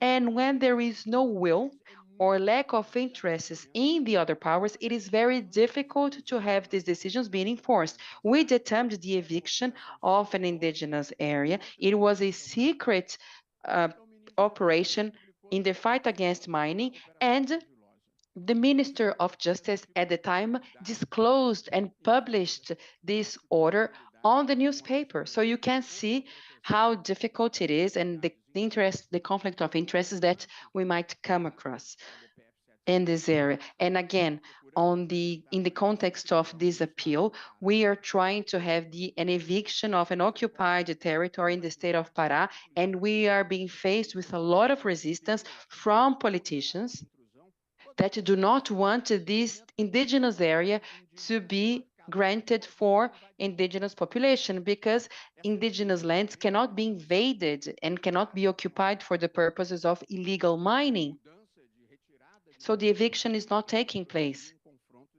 And of course that we don't want to entail confrontation, but it is wrong to have mining activities taking place in indigenous lands, and we are waiting for a legislation in this sense.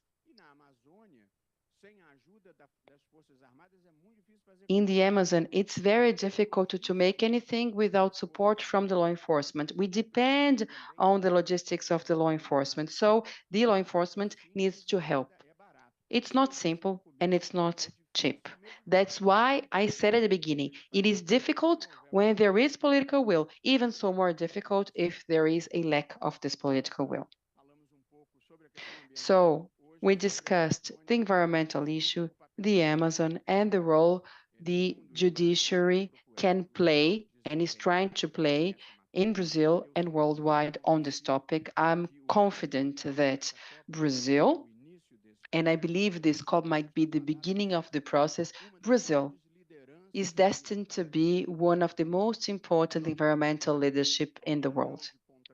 We will go through some extent of contradiction because we produce oil in Brazil, and we should find a balance between the economic and social interest of the country and the environmental preservation. But Brazil, and it's important to highlight this, Brazil has the cleanest energy grid in the world, probably. More than 60% of the Brazilian power is from the water. It is a clean energy. Brazil has a huge potential in terms of renewable energy, be it solar energy and wind energy, but also energy from biomass. And for instance, we have huge potential with the sugar cane. We have scientists and experts delving into the topic. So we need an alliance between law and science, but also money to invest. So there is a huge potential to tap into in terms of renewable energy. And we have the Amazon rainforest, probably the largest environmental service provider in the world. And as I said, Brazil can and shall be one of the main environmental leadership globally. And I hope that we actually undertake this role. And to conclude, my very dear Herman, my very dear Madam Minister Sônia Guajajara, the environmental issue has one positive aspect, which is the fact it is at the center of the discussion, it is mainstream, it is no longer isolated. At present, everybody's thinking about it. You can see the amount of public agents, Brazilian public agents, joining this event. So on the mainstream, it is on the mainstream, but we are late and we need to rush when it comes to enforcing environmental protection. We cannot neglect the importance of the Amazon rainforest. It is not a liability, but a valuable asset that we have, and we have to monetize in the good sense so that we can provide sustainability to the peoples living in the region. And I believe that the judiciary has an important role when there is an inertia in the other branches of power and when it is required to protect the lives of the new generations and the upcoming generations. The judiciary fulfills three roles. One, it is counter-majority, which allows the judiciary to dismiss decisions taken by the other branches that are not favorable to the population. Secondly, we have to ensure the provision of social demands. And there is a third role we need to fulfill in the judiciary, which is namely an illuministic level role. It is very rare, but very important, namely the protection of fundamental rights, even when the majority in the Congress did not take action, and even when the majority of the society is not mobilized. Even in these times, we needed to move history in the right path. We had in our history racial segregation. In 1954, when the Supreme Court decided to end racial segregation, there was no overwhelming support in the society. In Brazil, the same is valid for the policies for women, for homoaffective marriages. So maybe these questions do not enjoy a majority in the Congress or in the society, but it's a cause for the humanity. And now, the most pressing cause for the humanity is fighting against poverty and tackling climate change and global warming. And we need to be capable of pushing history in the right direction. History is not a destiny to be fulfilled. It is a choice that we have to make. Thank you. Muito obrigado, presidente Luiz Roberto Barroso. Thank you very much, Justice Luis Roberto Barroso. Thank you very much, Minister Sônia Guajajara. It's such an extraordinary honor to be here, to see all of us back, because of course, over the past few years, we weren't here. Brazil is back, and we are back with it. É muito bom estar aqui. It's wonderful being here. Ministro Herman. Herman, Minister Herman, please. Eu queria propor que a gente tivesse umas 2 ou 3 intervenções dos participantes. Não é todo dia que nós podemos Maybe we can have 2 or 3 comments or questions, because it's not every day that you can ask questions to the President of the Supreme Court in Brazil. Sônia Guajajara always tells us, well, you don't have any questions, you don't have anything to say, you agree with all, but this is not what it's like with Justice Barroso. So I don't want to force you to ask questions, but if there are any questions, criticism, please feel free, because we are not afraid of criticism.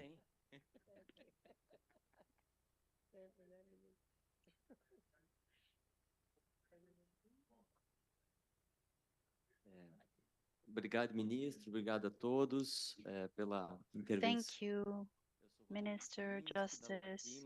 I am Rodrigo Gominski from La Clima, the first network of pro bono lawyers focused on climate change.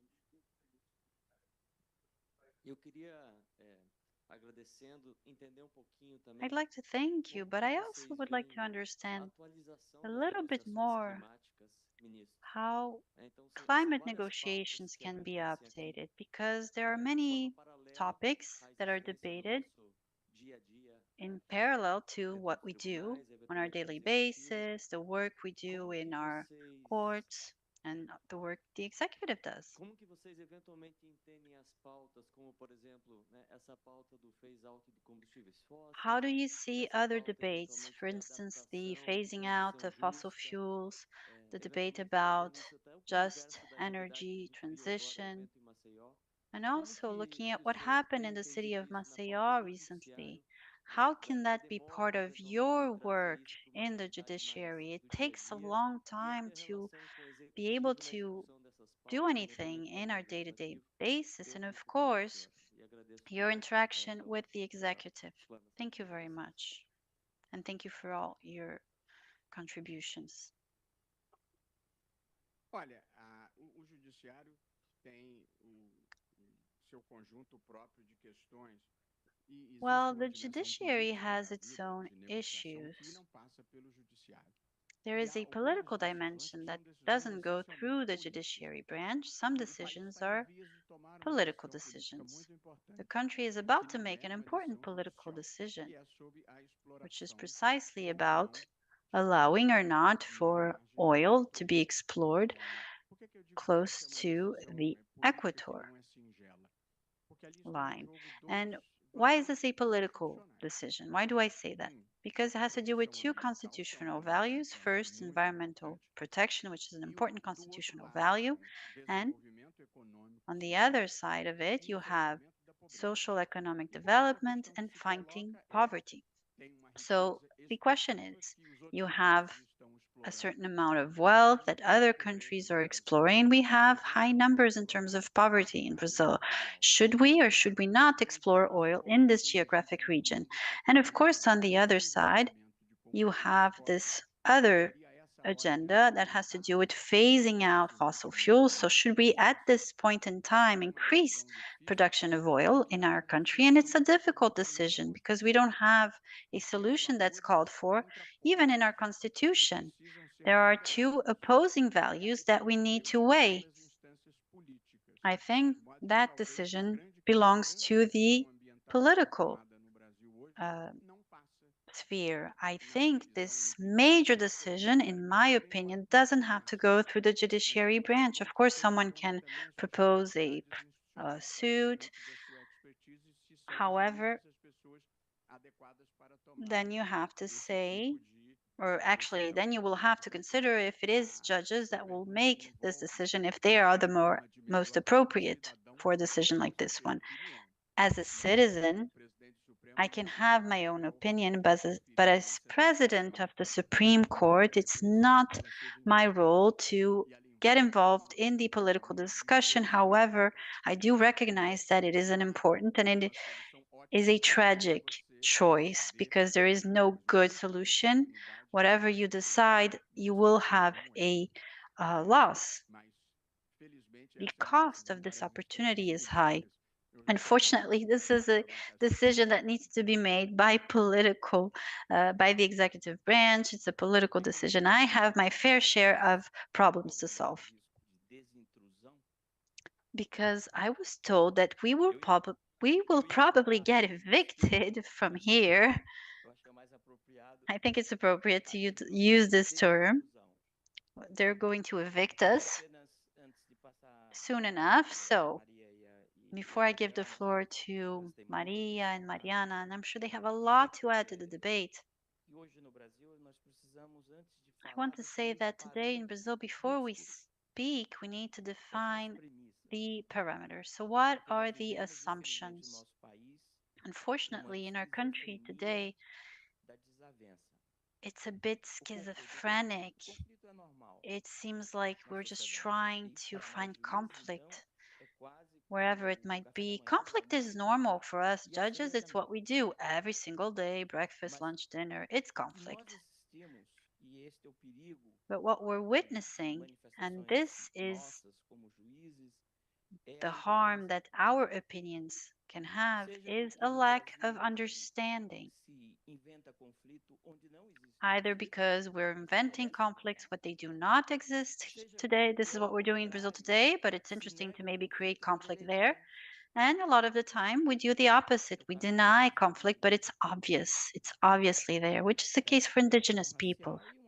Racial discrimination and a series of other injustices that exist in our country. So this is the first point I wanted to mention. Regarding the environment and forest or forest protection, I have 2 or 3 quick comments.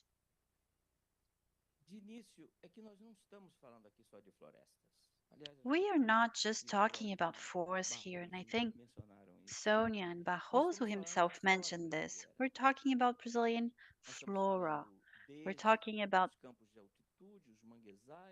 what is in our mountainous areas, the mangroves, caatinga, all the biomes, forests.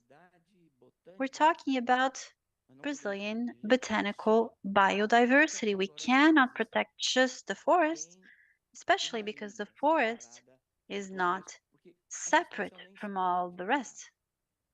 It's not an island.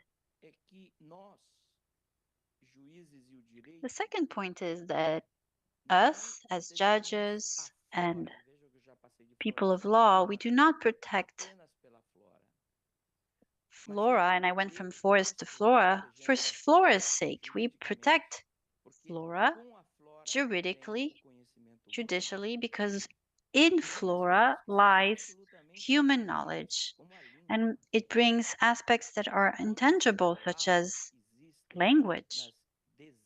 How many words do we have in the tens of languages that are spoken in Brazil, some of which are threatened and will probably disappear, very threatened, all the way from the cosmology, from the vocabulary that exists in these languages that do not exist in any other language. This is an intangible good that's associated to flora, to earth, to our habitat. And finally, because I am threatened here by another mic that Maria keeps trying to raise to her mouth, I'm a bit scared.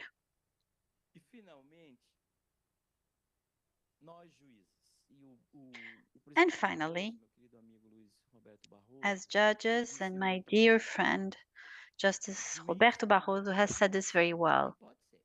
As judges, we are not blind, and we cannot be.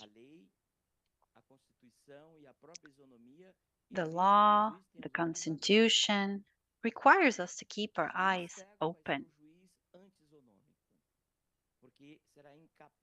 A blind judge cannot be fair because it will not be able to see the difference between people, between everything that exists.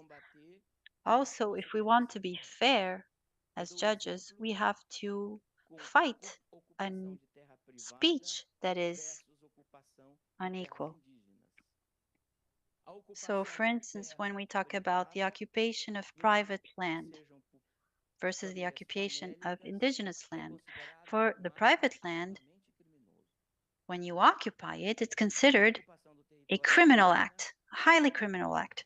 But when you occupy indigenous lands, and when that land gets occupied by people who shouldn't be there, some perhaps have more reason, but it's seen as natural, as something that should be forgotten and forgiven by a judge. And this isn't fair. It's only a blind judge who will ignore this difference, this distinction. And finally, judges, as was very well put by Justice Barroso, doesn't have to be an environmentalist. It's the Brazilian Constitution that is an environmentalist. Brazilian legislation defends the environment, and whoever is against the environment is a judge that does not abide by the Brazilian Constitution, that does not obey or enforce Brazilian legislation and international legislation. He becomes an anti-indigenous judge if he does not protect indigenous people, a vulnerable population. This isn't about charity, it's about recognizing their rights. And when we're able to do that, we become much bigger because we're able to better understand the reality of our country. So with that, I give the floor to Maria and Mariana. Thank you very much. After those words, there really isn't much that I should add. I'll just try to mention a few points which are important. And going back to what was said by Justice Barroso, he mentioned environmental law as a human, or environmental rights as a human rights. And the role of the judiciary has been very important over the past few years, especially to contain a movement that was going backwards in terms of the protection of the Amazon and, of course, the rights of civil society. You mentioned as well the Amazon Fund, the Climate Fund, the fact that we've been protecting that and we've been saying that these resources should go back to being used. This is essential. We also saw the role of the judiciary at the subnational level in Rondônia to protect protected areas and to not allow us to go backwards. It's also important to defend the right of civil society to participate in the Amazon Fund, in the governance structure. So all these examples were important to be able to not go backwards in the previous administration. The Climate and Society Institute has supported many organizations in the Amazon, not just in terms of litigation and the capacity that civil society has to react and communicate, but also recently we provided support to the Brazilian Forum for Security that launched a map about violence in the Amazon. This map has alarming figures. More than 22 criminal organizations, organized crime organizations, have been acting in the Amazon. So drug trafficking, as was mentioned, which is now present in this area. We also see a very severe problem with illegal mining. This is nothing new. It's not a new topic.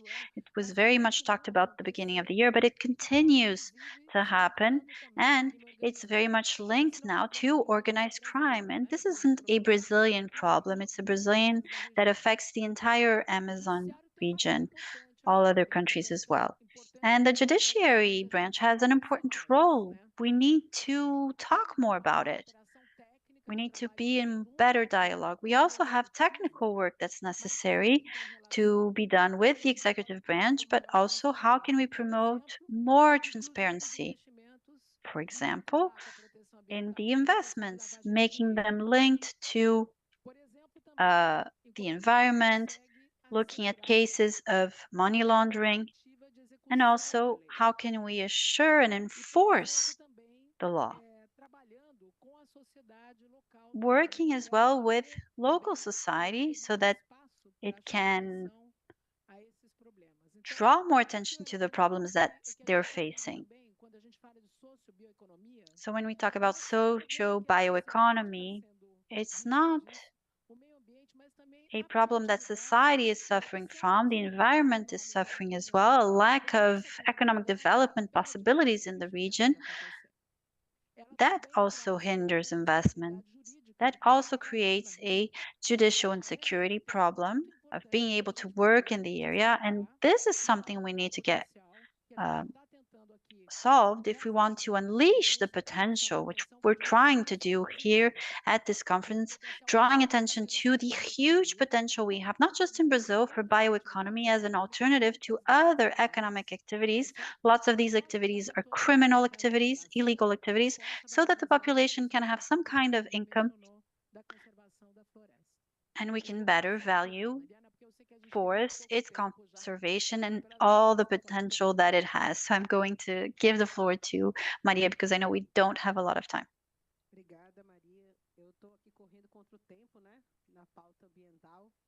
Thank you, Maria. I have to rush against time, but I just want to start by thanking you for this opportunity.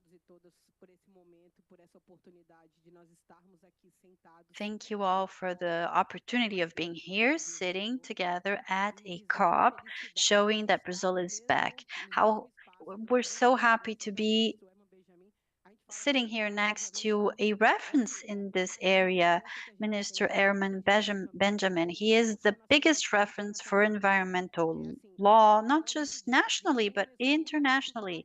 He was the person who started studying environmental law. And when I was studying environmental law, actually, I already read about him, and now it's really quite an honor to be next to you, Minister. You're still my biggest reference.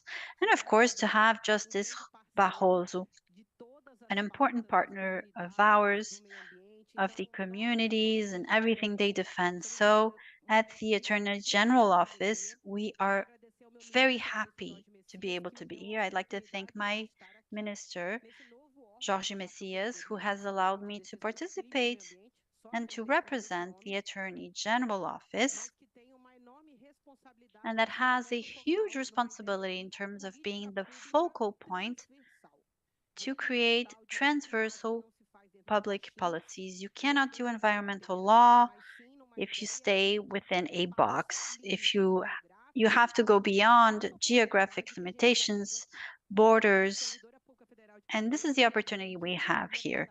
As a public servant and an environmentalist, I was maybe extinct for 4 years. And since the transition began, I was invited to go back to this agenda. I have 2 children. I barely see them, but I was very happy to be able to create and set up the environmental rule of law based on the first day of government of Lula's administration with 5 environmental decrees. So PPC Dam, the program we have, the action plan for the environment, as well as many others. So this is to show that the judiciary can provide security so that what happened in the previous administration, all the backwards movement doesn't happen again. And the judiciary is and was very important for ensuring this would happen. Right from the start, with the decrees we published, we were looking at the decisions that had been made by Justice Barroso and others. And this was just the first step for us to be able to resume working with executive branch that knows that in the Constitution, it states clearly that it is up to the state, it is the state's duty to defend indigenous people and the environment. So it's with great pride that I have the best clients. I have Minister Marina and Minister Sonia Guajajara as my clients as Attorney General, working in the Attorney General office. And I just want you to, I wanted to tell you kind of the size or the dimension of the challenge that we have and how we can contribute. So instead of working passively, we've been sitting down with everyone and we've said, well, let's think together about public policies. How can we get it going? It's been a huge challenge. Just to give you an example, we worked on 3 evictions. They are enormous. One is for Apitereua. 60,000 heads of cattle were within an indigenous land, indigenous land where we've had 2 evictions before, but the judiciary branch understands how important it is to fulfill its role. 70% of deforestation in Apitereua was caused by that. So we need to make sure that we're enforcing the Constitution in this area. Another example of the work we've done was because we had a government that was able to transform into nothing everything that was done from 2011 to 2018 within the IBAMA.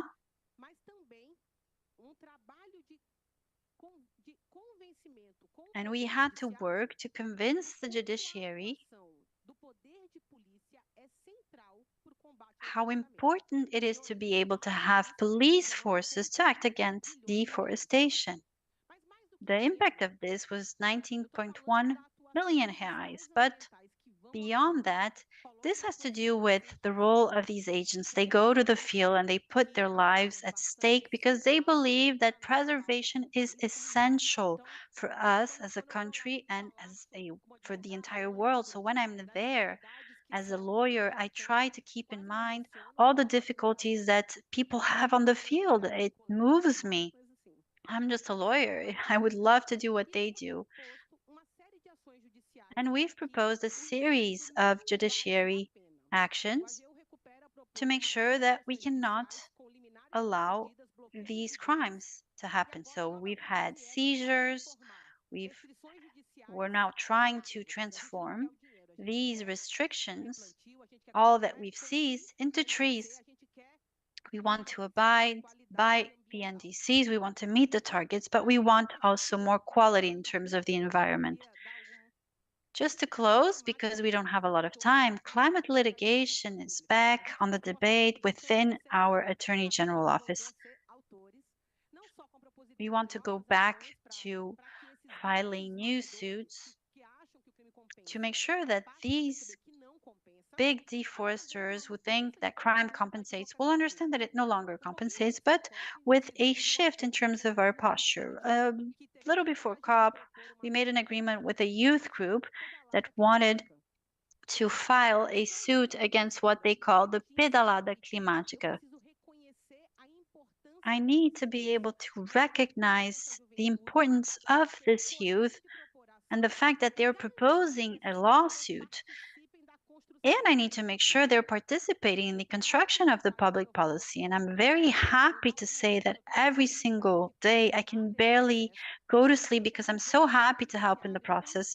And the judiciary branch has been a very important actor and player to make sure we are really enabling a system where we have environmental rule of law. So please count on us as someone who is here to build this process together. The work that needs to be done is humongous. The challenge is humongous. However, we have goodwill, we want, and we have energy to put Brazil back in a role of main player and have Brazil actually do its role as a leader. So thank you very much. I'm very moved to be here with all of you.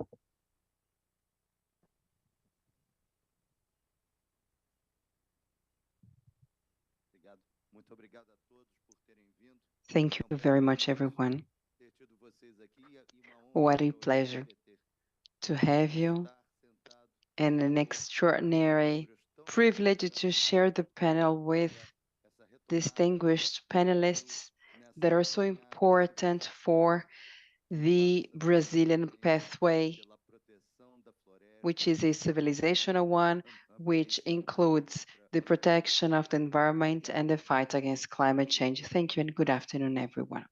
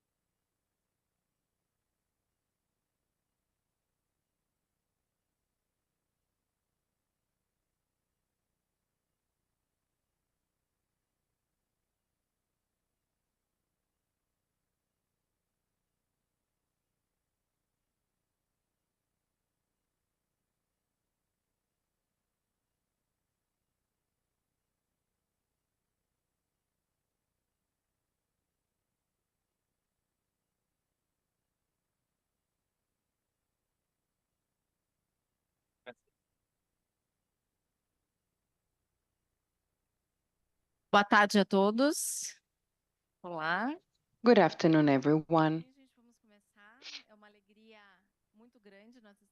Very happy to be here. My name is Francine Leal, founder of V-Bio and partner at GSS Carbon and Bio Innovation. We've seen here at COP28 the expansion of discussions that encompass other agendas such as biodiversity, bioeconomy, social bioeconomy, given the importance of this topic, and also due to the more active participation of the civil societies, institutions, and governments that connect in different agendas. So we are very happy to have this panel at the Brazilian Pavilion at the COP, and that's precisely because our topic might seem distant from the climate agenda, but we are aware of the greatness and importance of social biodiversity in the climate agenda. So again, an honor to be here. Thank you. We are going to address social bioeconomy on the several biomas, Brazilian biomas. V-Bio is organizing this panel, so if you allow me, I'd like to present the organization. So V-Bio was born at Mexico's COP for Biodiversity with the aim of bringing together social environmental projects, financial institutions, and facilitate the interaction between stakeholders. I have a presentation. If you could share my slides on the screen.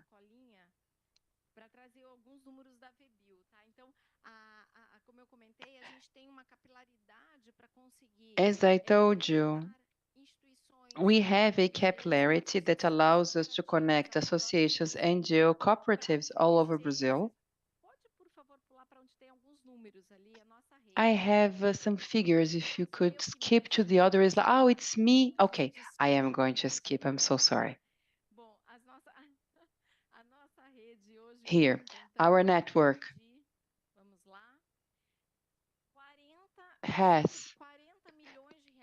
counts on 40 million reais in potential for social bioeconomy projects in Brazil, a huge figure, meaning that local communities, indigenous peoples, associations, and cooperatives that oftentimes do not have access to a broader network where they can raise funds.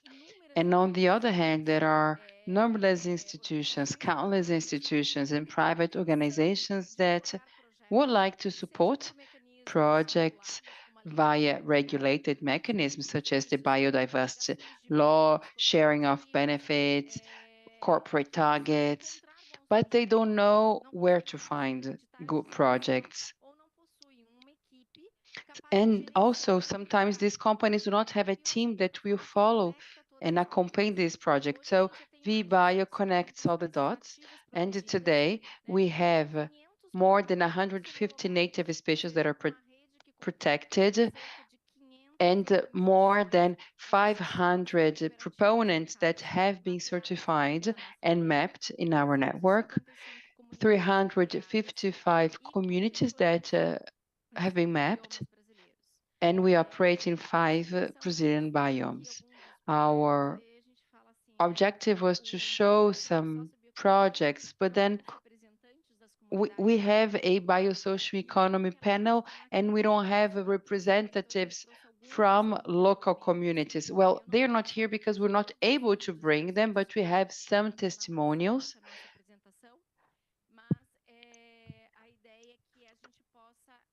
But the idea is that we can understand their look.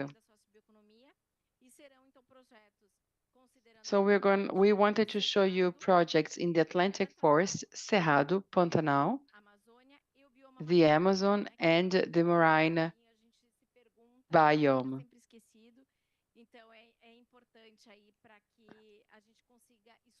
This is important so that we can hear their voices.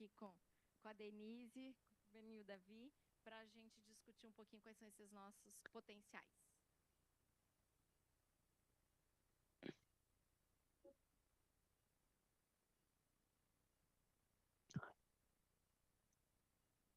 Representa mais renda para a minha família e a gente consegue fazer mais pratos para oferecer à família, aos turistas e à feira da agricultura familiar. Eles precisam ter alguém de liderança local. Desde, por exemplo, vai começar a processar um pinhão, ok, já tem a tecnologia, mas e agora? Vai vender para onde? Eles precisam de pessoas com um nível de instrução melhor para estar conduzindo eles para essa outra etapa de entrar no mercado, no circuito mercadológico, reconhecer o produto deles nesse mercado, ajudar a descobrir pontos de vendas para que eles possam escoar o produto, porque o que acontece é isso, eles sabem produzir, eles são treinados, mas e depois? Como é que fica esse pós, né, produção?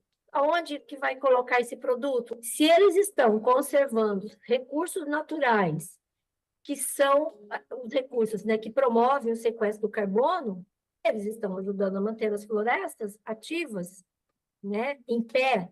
Por quê? Porque dessas florestas, eles tiram também a sua sobrevivência. É a conservação pelo uso.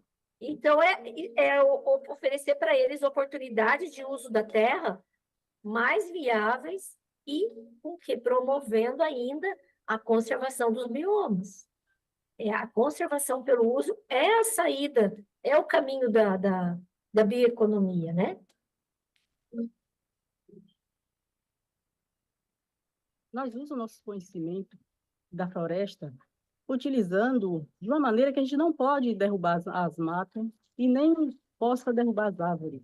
A gente tira as folhas para fazer o chá, a casca do pau para fazer o chá também, os remédios, mas nós não derruba as árvores. Com isso, a gente conserva o nosso meio ambiente de uma forma que nós possamos viver e cultivar o nossos plantios sem precisar derrubar nada de árvore. Eu acredito que esse trabalho que nós faz, né, agroflorestal, ajuda bastante, né, no clima. E temos de várias espécies de cultivo, né, de plantas, incluindo cacau, cupuaçu, e a gente faz esse manejo junto com a floresta. Isso aí ajuda bastante. E supra um efeito tão bom que a gente tem a ter um maior cultivo de água, que é muito importante na nossa região.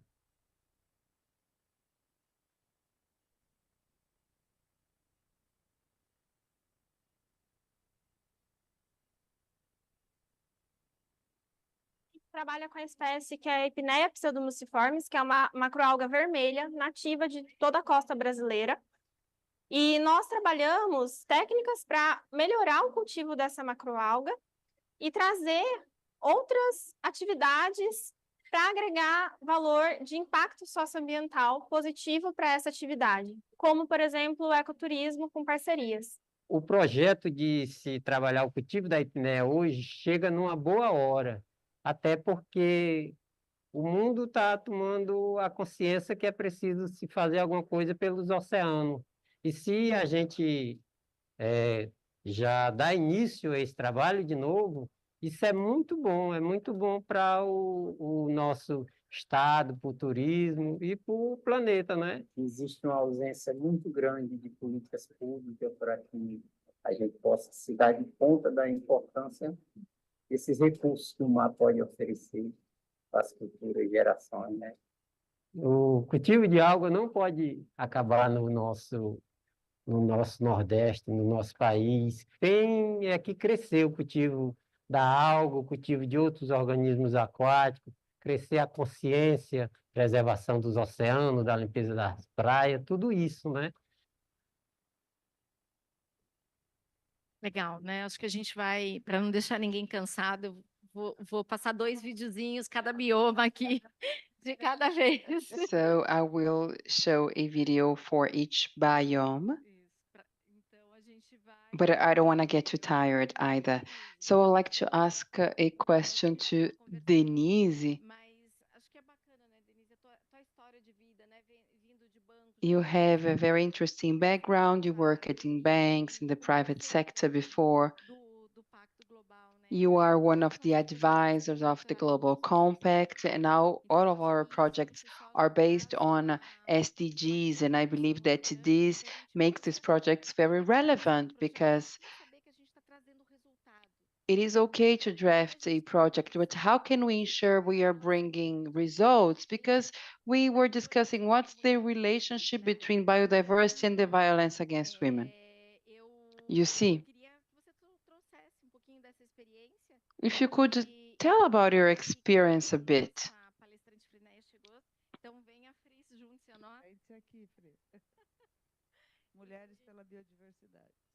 One more woman, women for the biodiversity. That's great. Thank you. Well, I will summarize my remarks in three topics. We are at the very end of the COP, and I have a question. Are you breathing?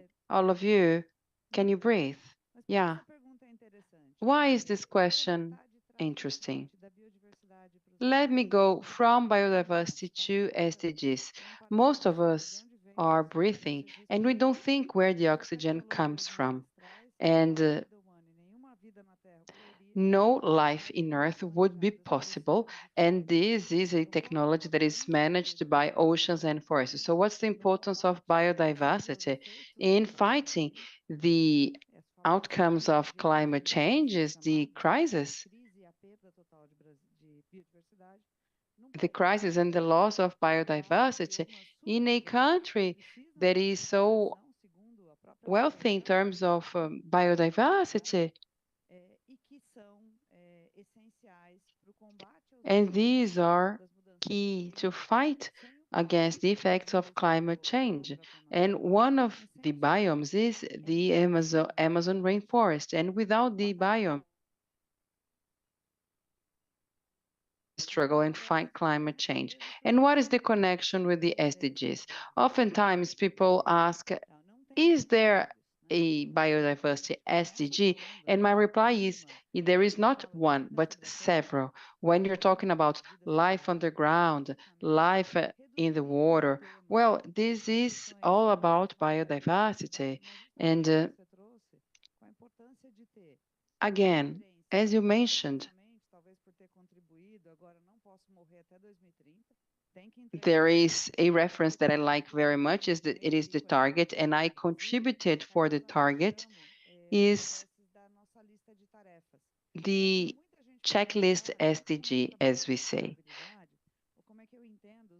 People ask me, how do I see the challenges based on who I am, the country where I live or I come from, the place where I work? So the SDG are these big global references, and we have 17 SDGs and 169 targets that have references that can address a project from different perspectives: environmental, social, the work model. There is the SDG number 17, which governs partnerships for the implementation. So there is an architecture that allows you to evaluate your impact on several aspects: social, environmental, economically, so you can measure how much you're contributing to the agenda and how you can connect to other global movements. SDGs are a reference for for public companies operating at the stock exchange. So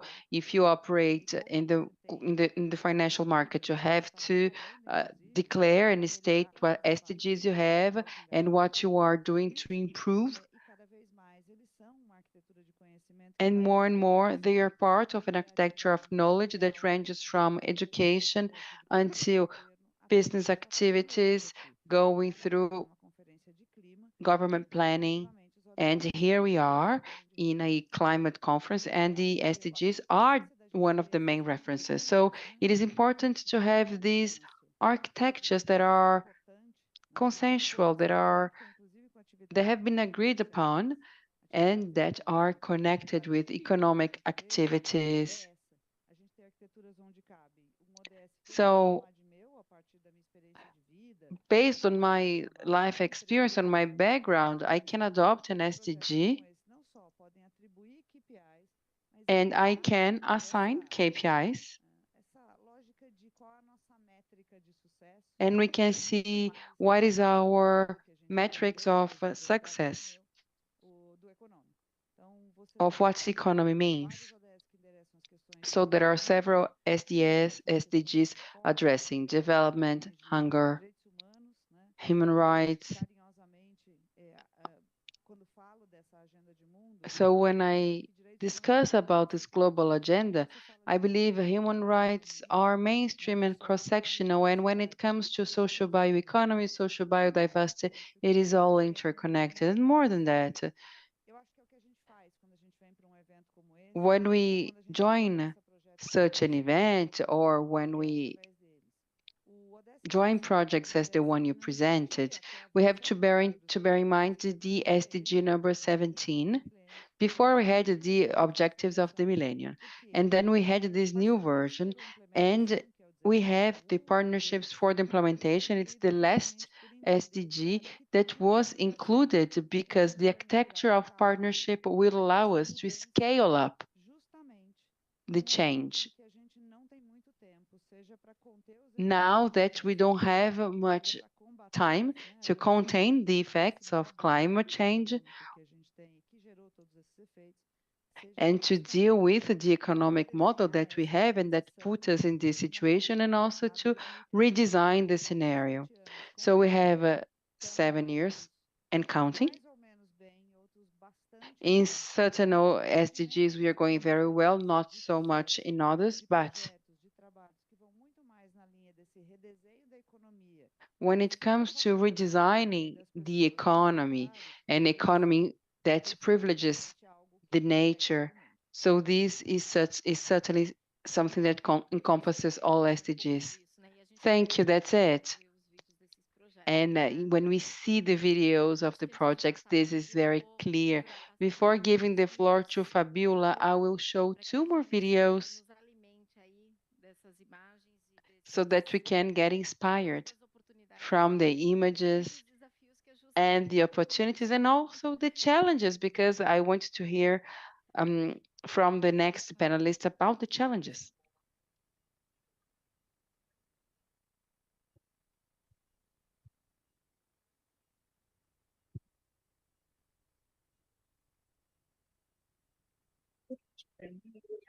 Muito importante, porque eu nunca achava que eu ia pôr um piso na minha casa. Aí, eu sou em Brasília, e eu fiz nessa casa aqui, dali para cá, da sala, de dentro para cá, nos quartos, tudo tem piso, através do Buriti.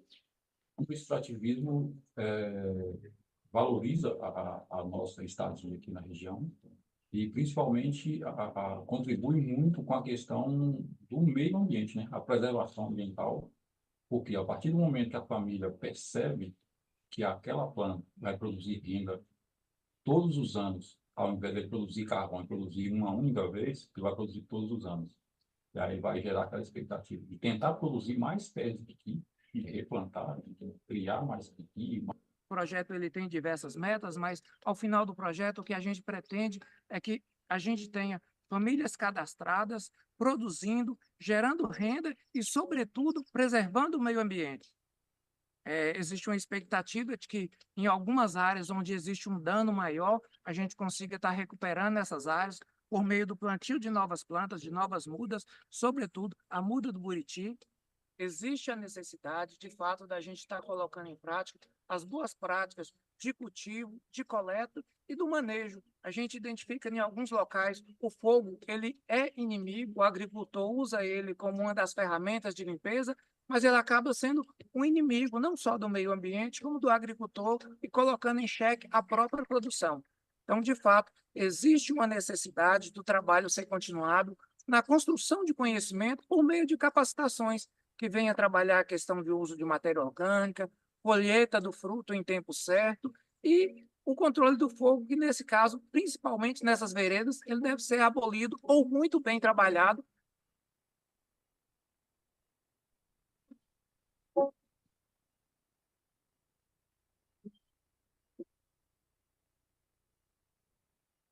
foco é o cultivo da carnaúba, usando mais organicidade com a questão do controle das ervas daninhas que atacam o carnaubal e também para a gente possa acessar dos bancos que tem um maior prazo de carência para que o produtor possa vender no tempo certo, não vender atropelado para que não perda o...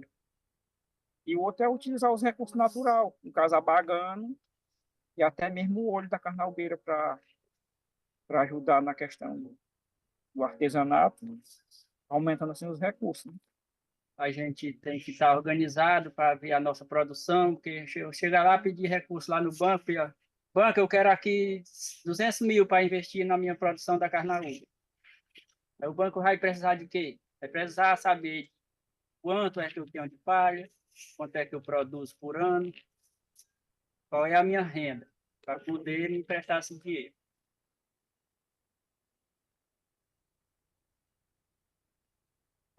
Tem alguns outros bons exemplos, né? A Denise estava comentando So aqui. we have other good examples. Denise was saying, do we know how much carnaúba is in our cars? I use Brazilian biodiversity. What about you? I asked this question the other day. A lot of the time we think we don't have access to it, we don't use it. The projects we're showing are the result of a public policy.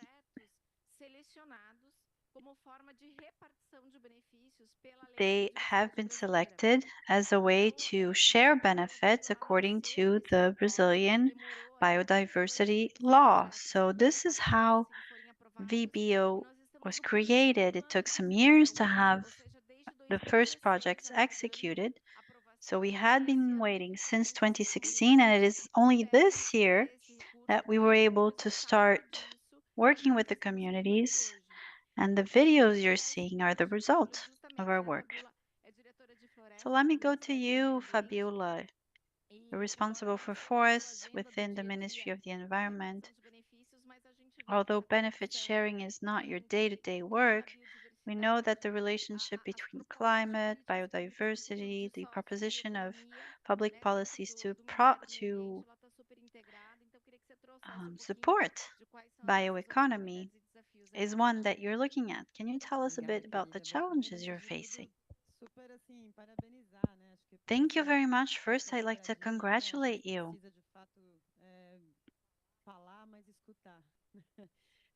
There's a lot we need to say, but also there's a lot we need to listen to.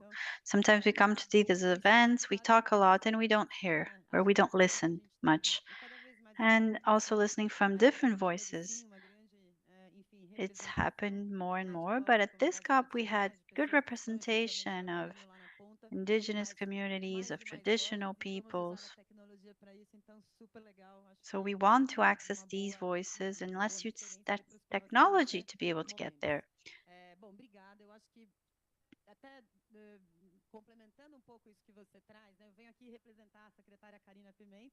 I represent Secretary Karina Pimenta for bioeconomy. I work mostly with forests, but I'm here to represent her. I think the good news is that we're working together for a year, more or less. The ministry has tried to reestablish governance mechanisms, look at what needed to be resumed, what needed to be done again or for the first time. And this meant a lot of internal communication, which means that now we're a little bit more prepared to be able to talk jointly and work jointly. So I think talking about the public policies we want to develop, but also social bioeconomy in the broader sense, that's what the process has allowed us to do, develop the two. The big challenge we have for public policy is beyond innovation and being able to implement innovation, looking at more safeguards, both in environmental, social, and cultural aspects. That's one part, but then we also need to be able to scale up. So we need to have mechanisms, systems that allow us to combine law, financial mechanisms, institutions, a way to monitor it, and have accountability. And that's not an easy task. According to that, our plan for social bioeconomy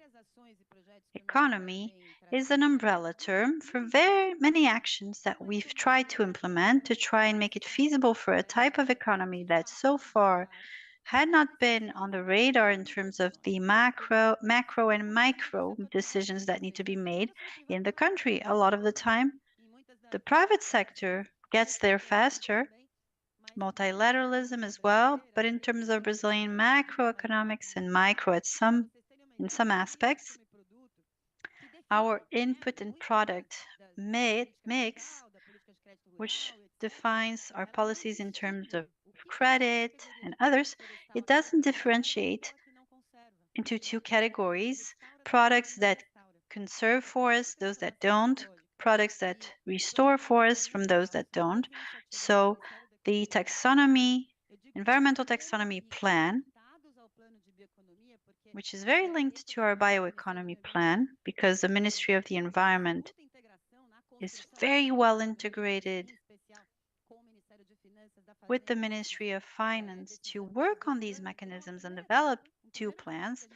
This is the first step that we need to overcome that has to do with visibility, so that decisions can be made that are more mid and long term, considering this asset, these populations, its specificities, and also its contribution. So it goes beyond direct, immediate contribution of just stopping deforestation or recovering hectares of forest.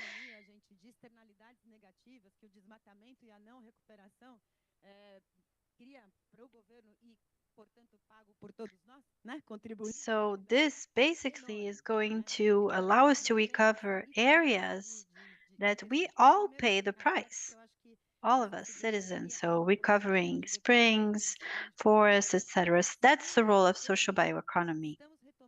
Second element, we've gone back to developing Planaveg. So to recover 200,000 hectares. The correct term is recovery of native vegetation, but we usually call it restoration.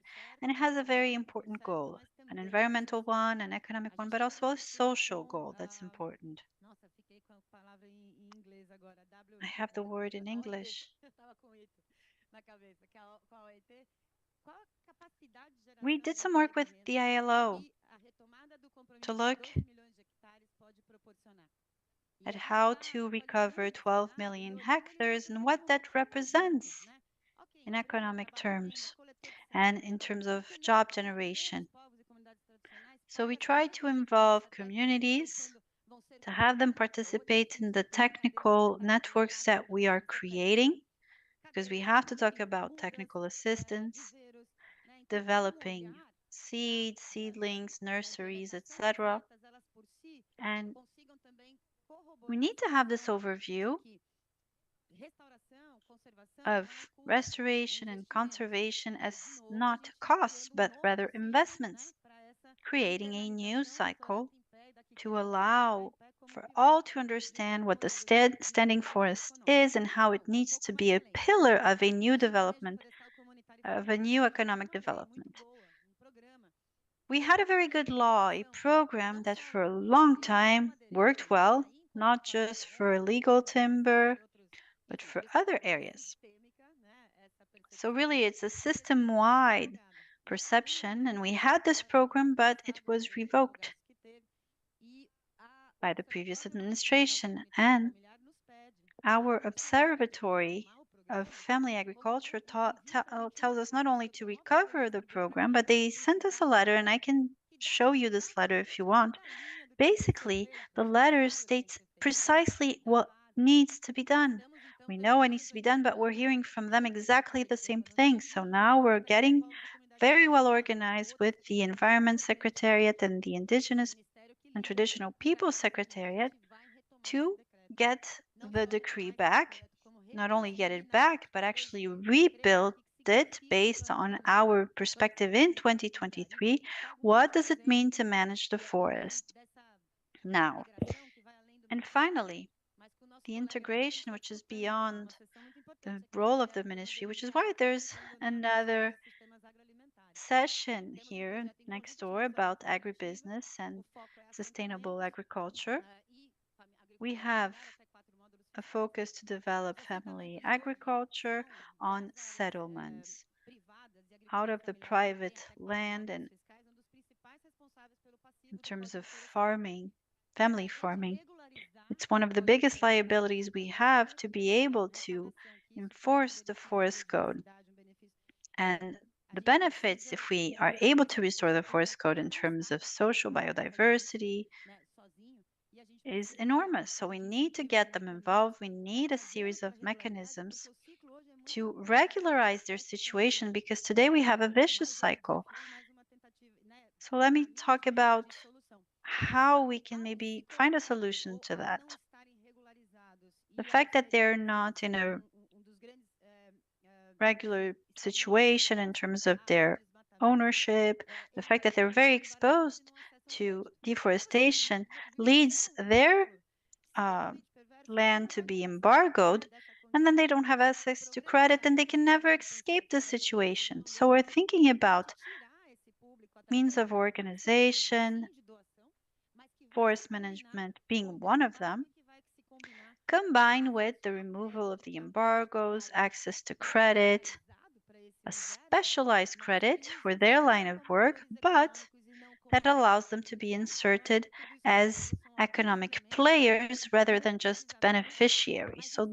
So many challenges. However, I think there is a convergence of public actions through the different committees we have, through public-private partnerships, and now it's really time for us to get to work and to make it happen so initiatives such as these can scale up and can become the modus operandi of our economy.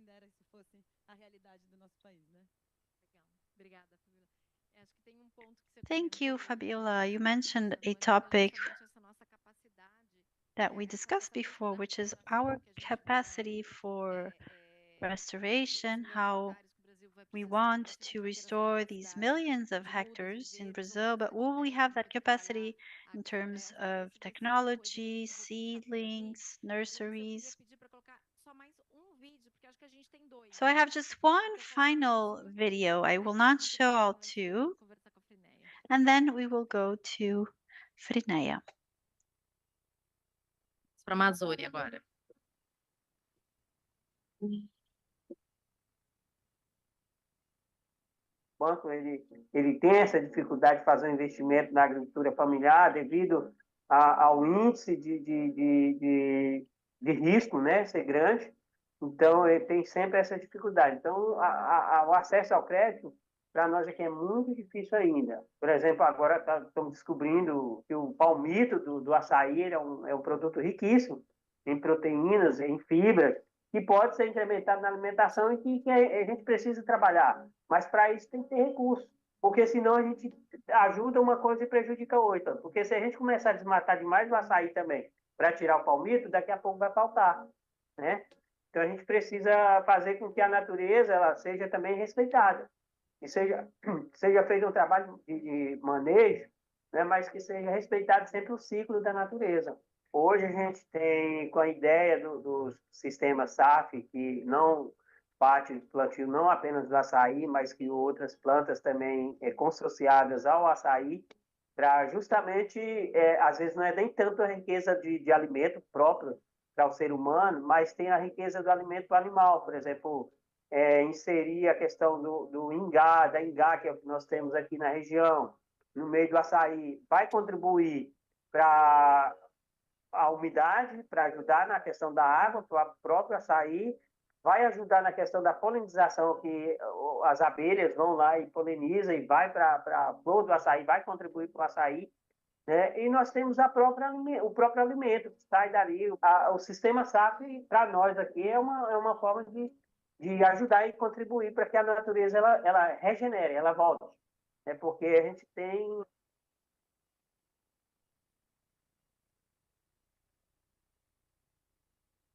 Ah, ela disse que volta aos poucos. Eu gosto sempre de ouvi-los falar porque a gente aprende I muito, like to né? hear from them because we learn so much. There's lots that we try to learn in school. We spend our whole lives working.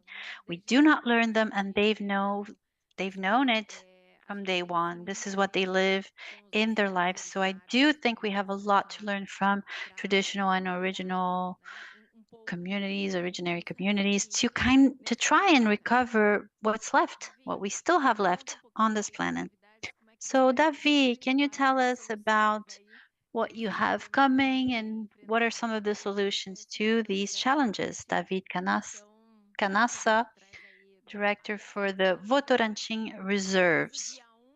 And you've been a partner of VBio since day one. Frineia was with us back in 2016 to launch VBio, and we have the Reserves project that maybe are not so focused on social aspects, but are important in terms of biodiversity. Tell us. Thank you, Francine. For us, it's great satisfaction to be your first partner, one of your first, for this and other initiatives. When we talk about biodiversity, more at the climate conference. But if you plant a tree, you do everything right, a native species, then you're talking about biodiversity. Here at the Climate COP, the discussion is more focused on energy. But Brazil always has to come and talk about the forest, more specifically the Amazon forest. But Brazil is much bigger than just the Amazon forest, which is huge. We have many biomes, many populations, and they own or they have knowledge that we are losing.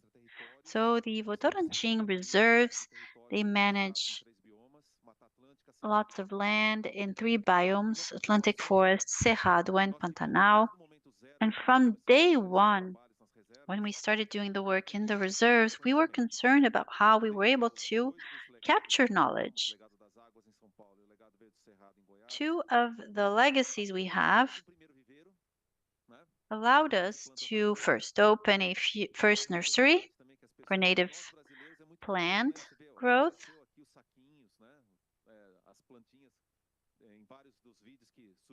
In a lot of the videos, you see these little bags with the seedlings, and there is a knowledge that's necessary to do that you have no idea.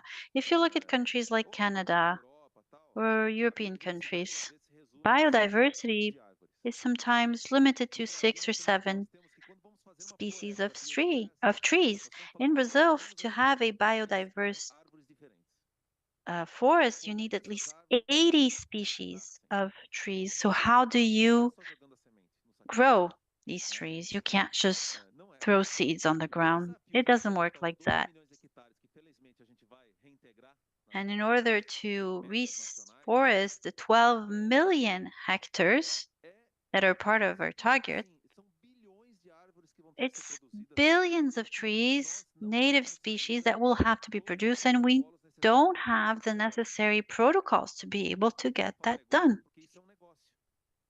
And this is a business that's completely unstructured currently. And we are announcing a partnership we've developed with VBio. It's a project, an open project, to be able to register the protocols for growing these species. Inside Votorantim reserves, where we have more than 160 different protocols for the Atlantic forests. In the Cerrado, it's more than 100 something.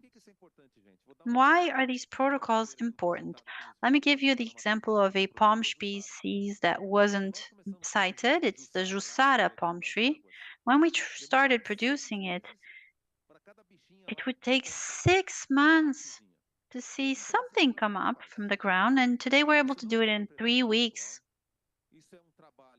It's not under intellectual property. It is the result of a lot of dialogue, and we were able to learn how to do it. And I'm sure that maybe if we have learned how to do it, that doesn't mean that there isn't someone having a hard time to plant Jussara palm tree somewhere in Brazil. So the initiative is a network of private reserves. This is how it's going to start. But the idea is for it to be open.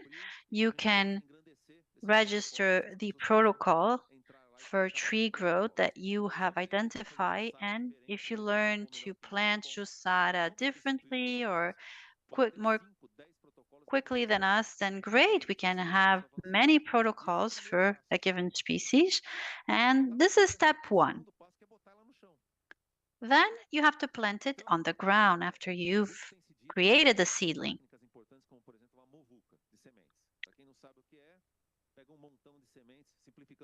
Sometimes they use this technique called muvuca. People basically grab some different seeds, they mix them, they plant them. But the problem is, in order to do muvuca and make it work in the different land and the different biomes and climate conditions we have in the country, we need to do a lot of study. In the Atlantic forest, there are seeds that you cannot plant, so they can't be part of the muvuca, of the mix. That's the problem. Another aspect people believe when we talk about forest diversity is the soil. It's worthless to just plant trees. You need to make sure the soil is rich, that you're caring for it so that it actually happens. So the difficulty, the dilemma I have every single day to be able to increase biodiversity in forests is first how to ensure that you're going to have less losses at the nurseries. How can we develop protocols that are more efficient for tree growth? And when I plant the tree or the seedling, I want to make sure I won't have 20 to 30% loss, which is normal today in the country. And can you think of anyone that will say, well, you know, right off the bat, you will have 30% loss of whatever you invest, yet this is normal. While for eucalyptus and others, it's less than 0.5% loss. Why? Because they've been working on it for years and years. Today, if in Australia, eucalyptus, it takes 20 to 30 years to be ready, and in Brazil, we can get it done in 6 years. Well, we can do the same with native species, but it has to do with work, investment, partnership, as was mentioned here, which is why we're developing the idea of this network. Then we will move on to develop a similar network for planting protocols.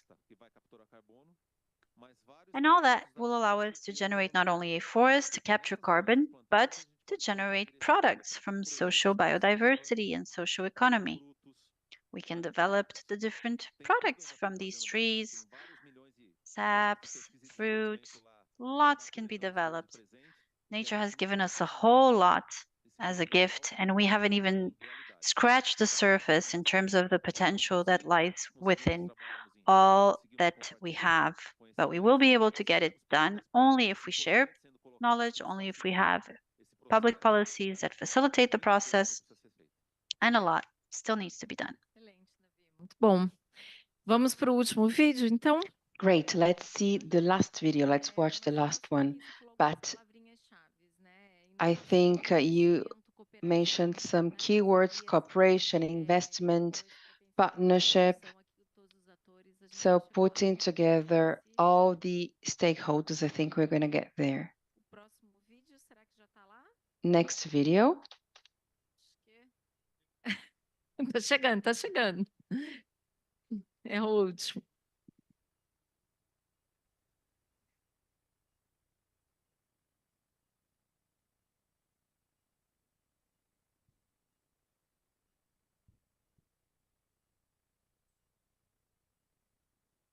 Nossa categoria da EPVAM, né? A gente mora aqui nesse Pantanal abençoado, né? Nosso verdadeiro paraíso.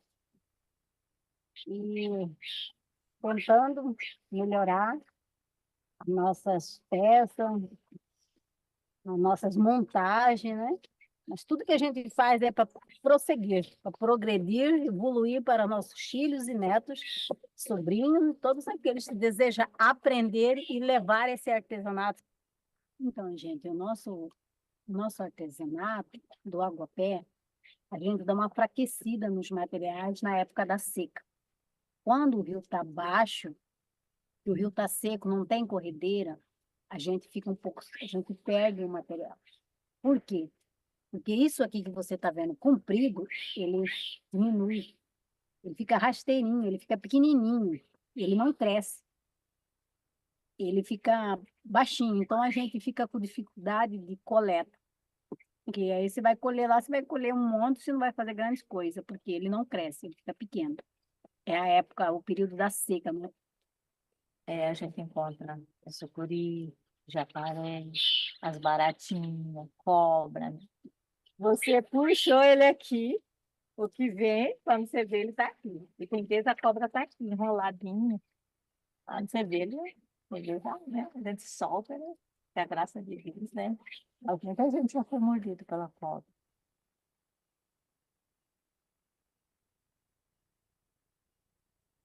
E é bastante especial para nós, e o que é bacana quando a gente This is very desenvolve. special for us. Eu já comecei errado. A gente não desenvolve. Sorry, I will start again. What is nice about VBio is that we do not develop the project. It is the communities that come to the platform and they say what they need. So I believe that this project is very interesting because we had to supply personal protection equipment for them, and the person who wanted to support this project wanted a project aimed at women empowerment and sanitary conditions. And we were struggling to find a connection. And that's why the SDGs are so interesting. We can see the entire chain. When women, they go for the collection, they are all wet. And, when we go to the beach and we enter the sea, before going back home, we have a shower because otherwise we know what can happen to ourselves. It's not good for the health. But they had not this option.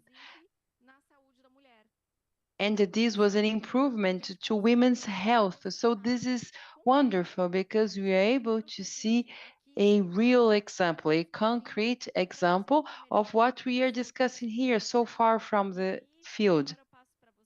And now I'd like to hear from Firineia Rezende, Executive Director at the Nature Conservancy in Brazil. If you could put all these dots together, we still have some time.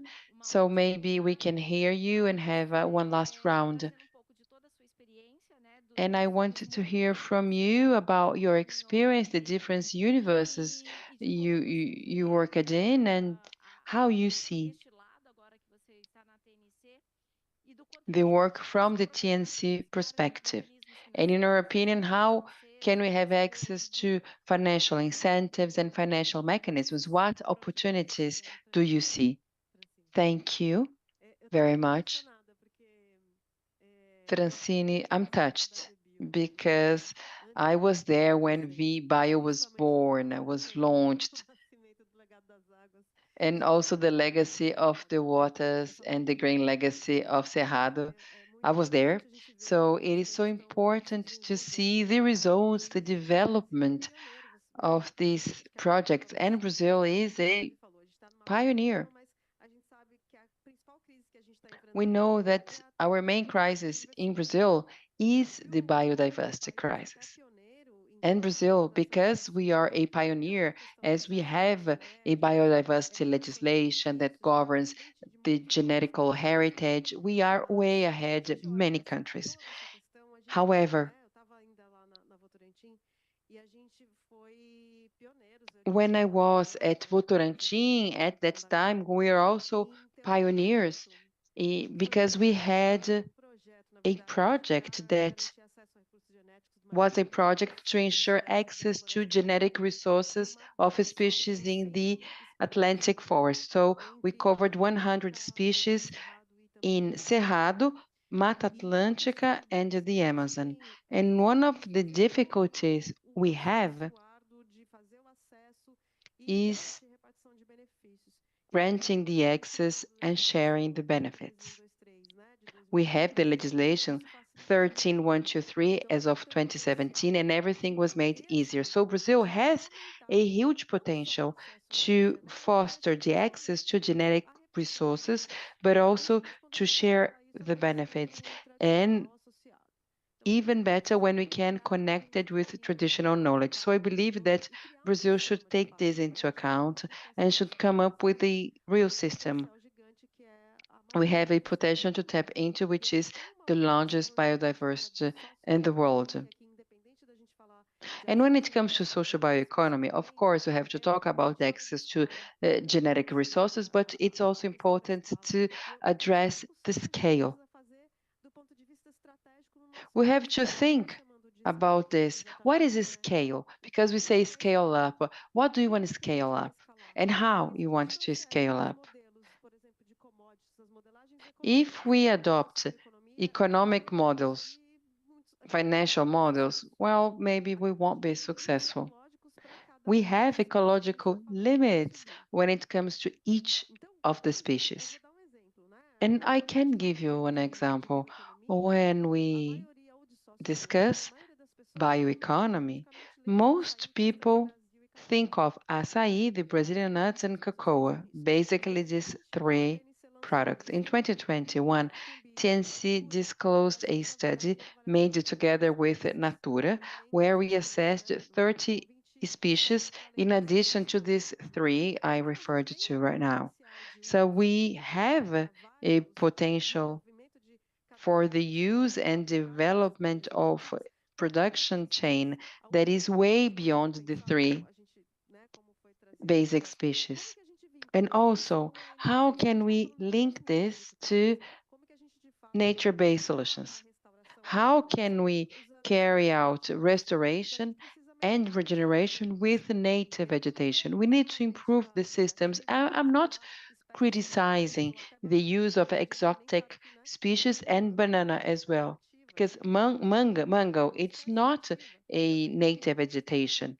So when it comes to restoring and the return of native vegetation, what species are we talking about?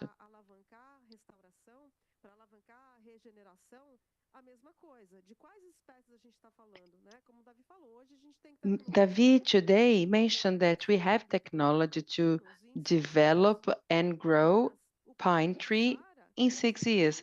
However, palmito de Jussara is also 6 years.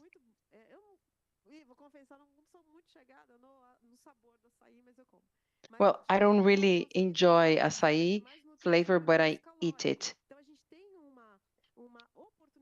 So we have the opportunity to use Jussaí, as he described, so we can use this species that is native in Atlantic forest to restore native species and leverage the economy. You see, Fabiola, I enjoy discussing biodiversity because it entails several layers of environmental protection and conservation, and we can connect them through the bioeconomy. Again, if it's about leveraging social bioeconomy, social biodiversities, what species are available and what species can actually allow us to undertake these projects?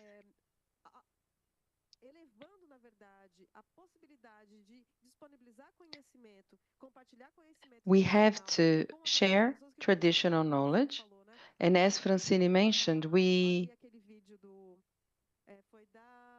saw that video, it was Cerrado, right? And we saw the lady making her statement. And when it comes to agroforestry systems, this is about traditional planting.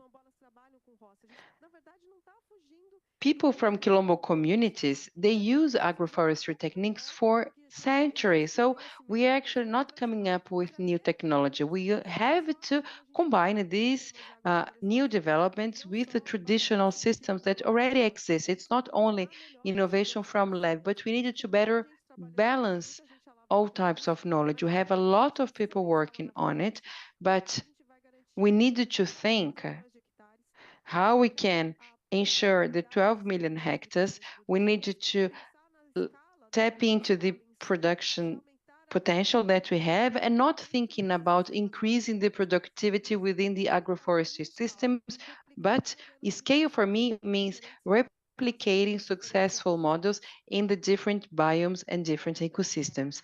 Thank you very much. We have a few minutes left, so if you allow me, I would like to propose one last round to discuss something which is the financial mechanisms. How can we make it happen? Because it's all so beautiful on paper, really beautiful.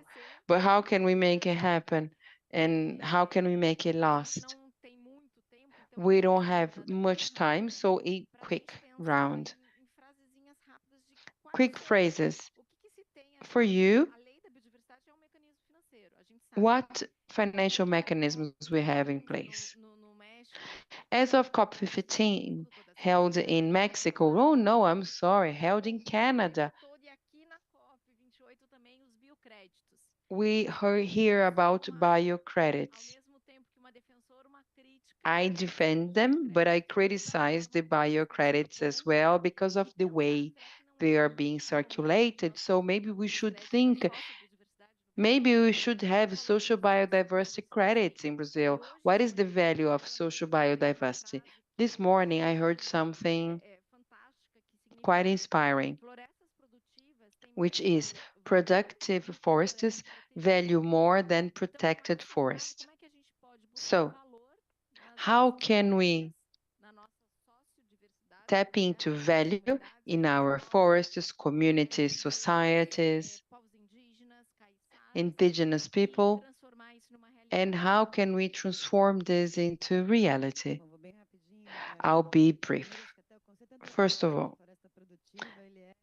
according to anthropology, productive forest means a forest that is wealthy, a forest that is the wealthiness of the forest. So it is the very forest.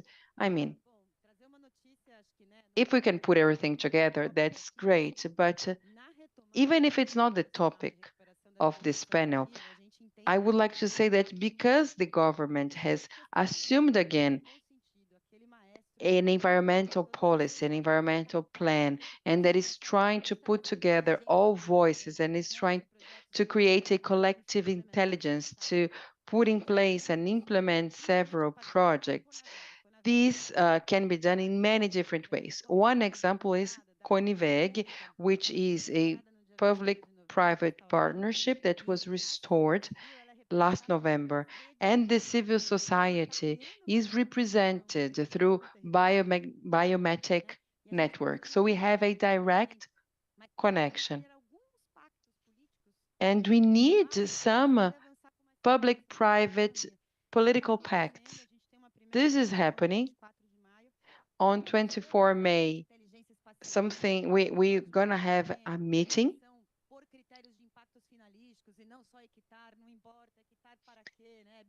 And all the discussions regarding concepts and technologies are going to be discussed in the meetings. And we have important announcements that have been made during the COP, such as the Arc of Restoration, including the Ministry of the Environment that will try to contain the Arc of Deforestation, also corridors of biodiversity. This is the private sector supporting the conservation agenda. However, the demand is way greater than that. So there is a lot that needs to be done and planned. And I believe we should internalize the recovery and the restoration, but not as a cost. We should not see it as a cost. So this will take time, and until we get there, we need, of course, funds from abroad as well, from different partners, and we'll try to make it happen. But we really need to internalize it and see it as a necessary investment our country needs to make.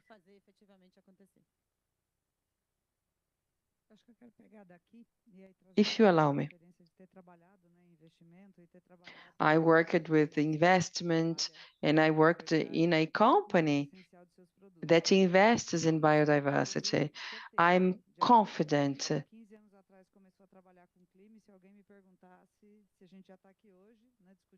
You see, 15 years ago, I started working with the climate, and if you asked me if the scenario today would be the same, I would say, I don't know. But I believe that the alignment of incentives, the financial architecture, the payment for traditional knowledge, for environmental services, the sharing of benefits.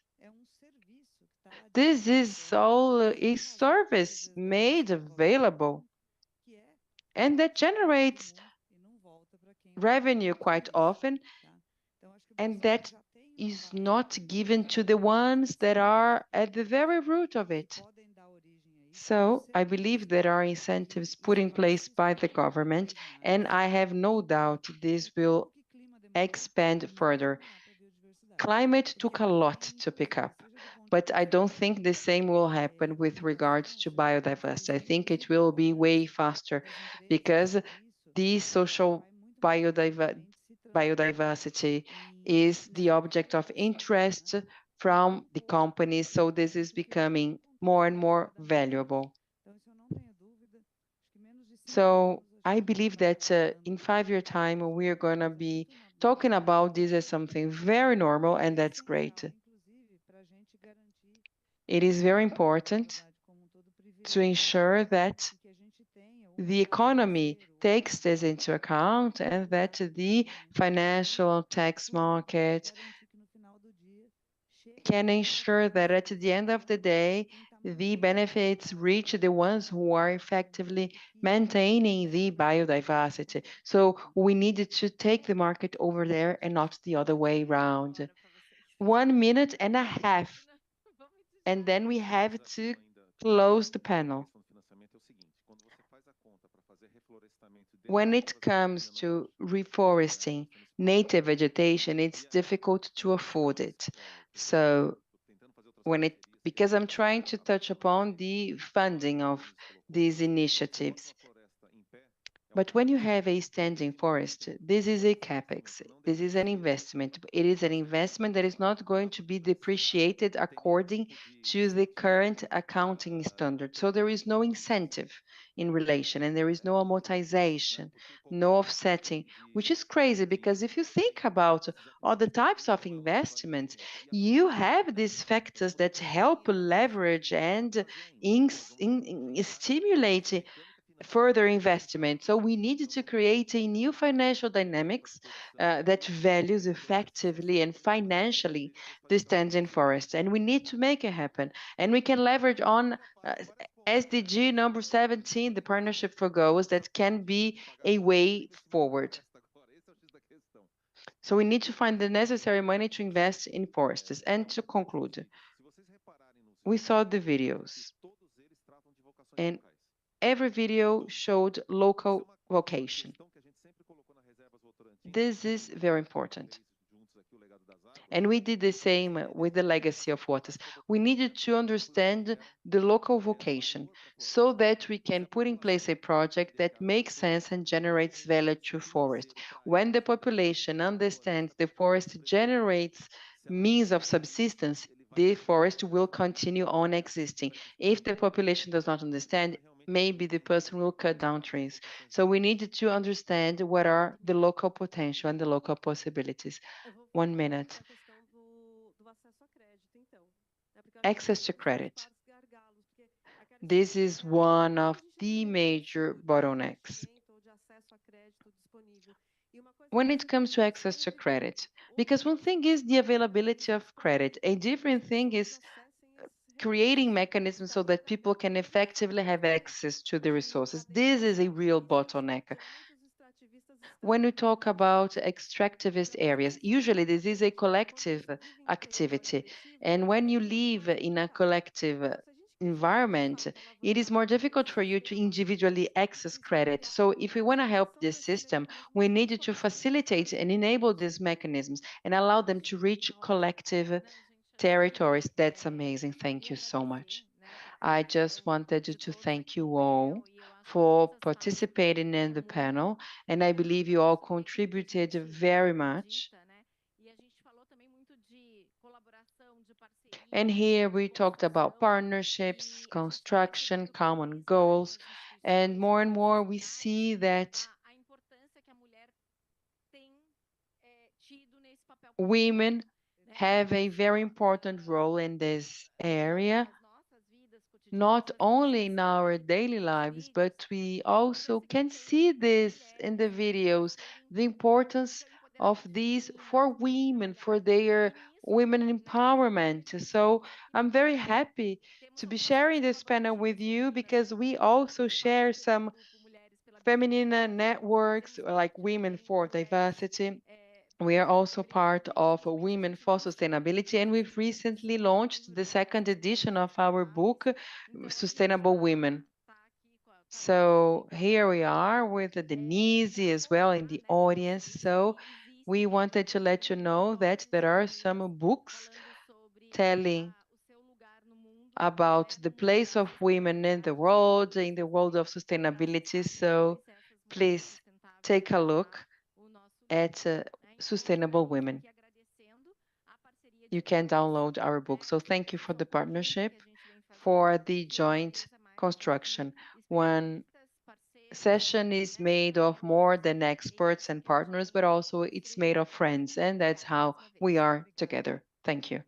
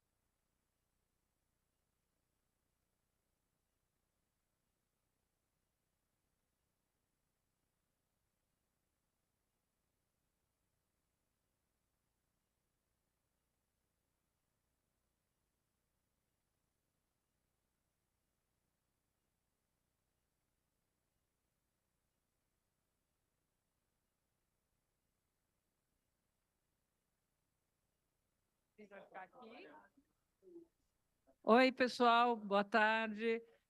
Em nome da SOS Mata Atlântica, a gente quer convidar a todos e a todas. Hi, everyone. Good afternoon. On behalf of SOS Mata Atlântica, we'd like to invite you all to take your seats, please. Por favor, queria convidá-los para que estejam aqui conosco. Please do join us. Que ainda não estão na sala. Então, talvez eles sentem. Você vem para cá, do lado da Chile.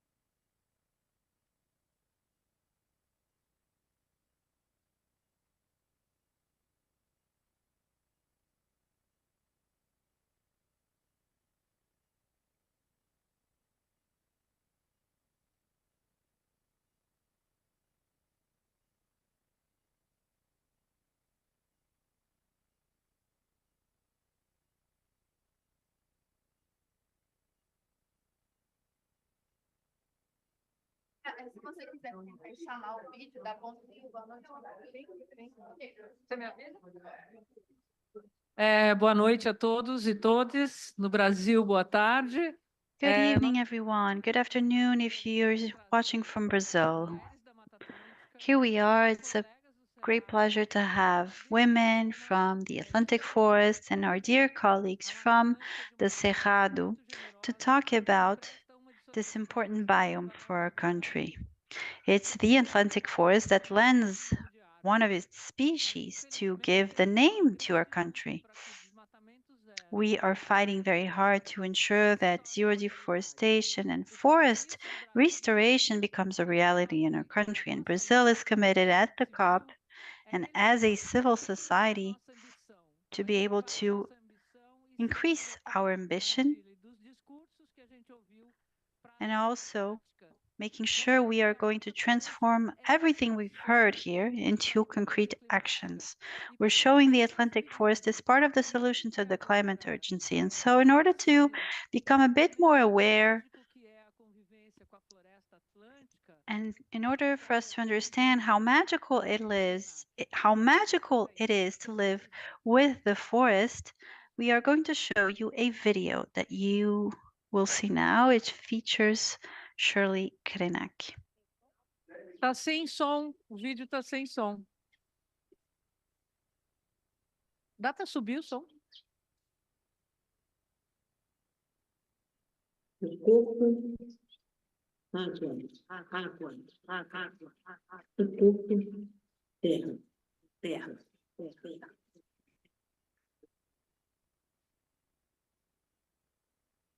Você não ouve? Consegue me ouvir?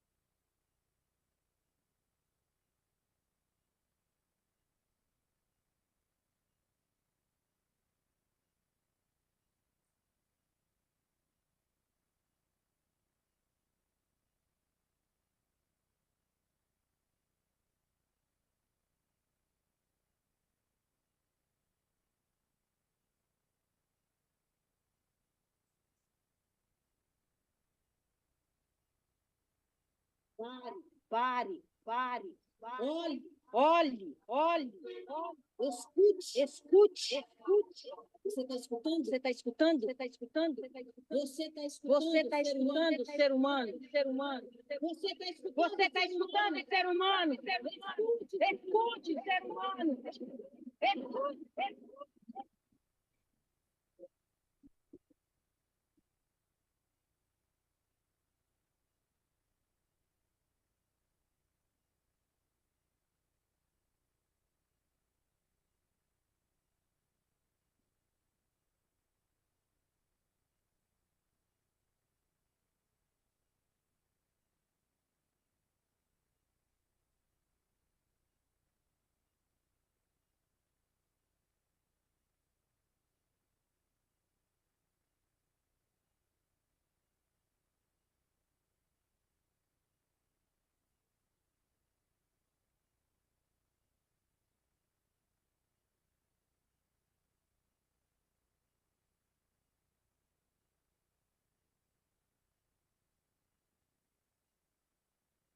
Escutar a água que corre, a que corre dentro de mim, a que corre dentro de você. O rio Atu está em mim. O rio é meu cliente, meu pai, minha mãe, a minha família, o meu rio. Você escuta?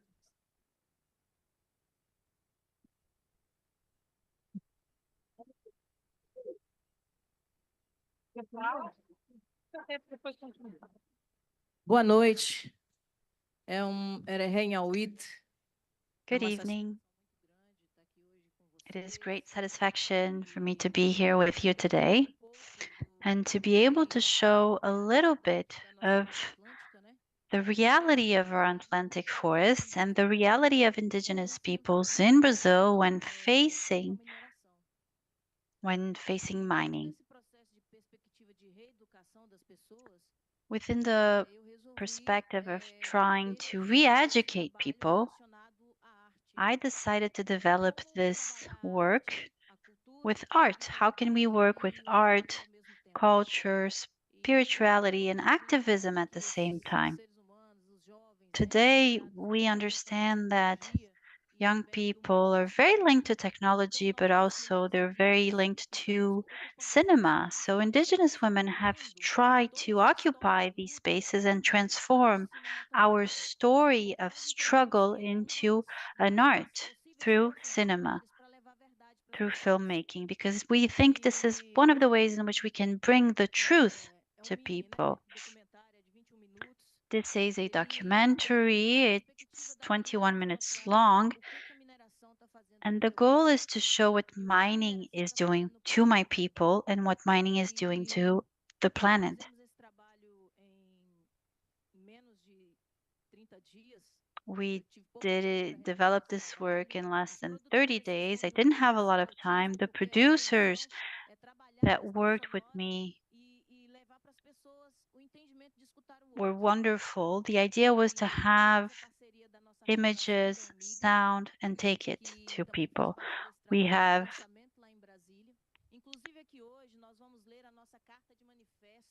people who were responsible for helping us get this and develop our work in Brasilia. And today we want to take advantage of this opportunity to read our letter, which is a manifest. Do you have the letter Brau, could you please come and read it for us? Because it's so important after seeing the video to show people how much we are against all the actions that have been violating our human rights, our rights to exist.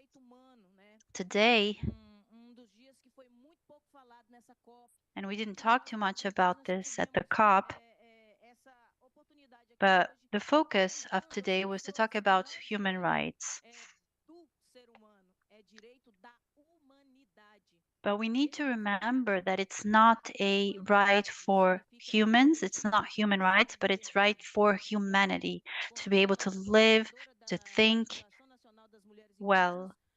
So I'd like to ask the coordinator of Indigenous Women to read our manifest so that we can close a moment of many, many challenges and concern.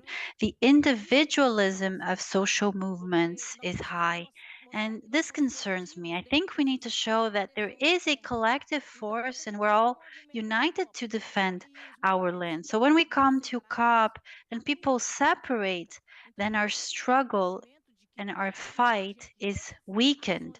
We need to understand that in light of all the actions that are being presented as climate solutions, they are not. They are even more problems. So we need to be united, not separated. Can you please read it?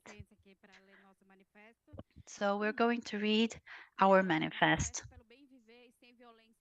It's a manifest to be able to live well and to not have violence against Indigenous women. We, Indigenous women, ask all women from Brazil and all over the world to reforest their minds, lands in a moment of cure. This is a way for us to call you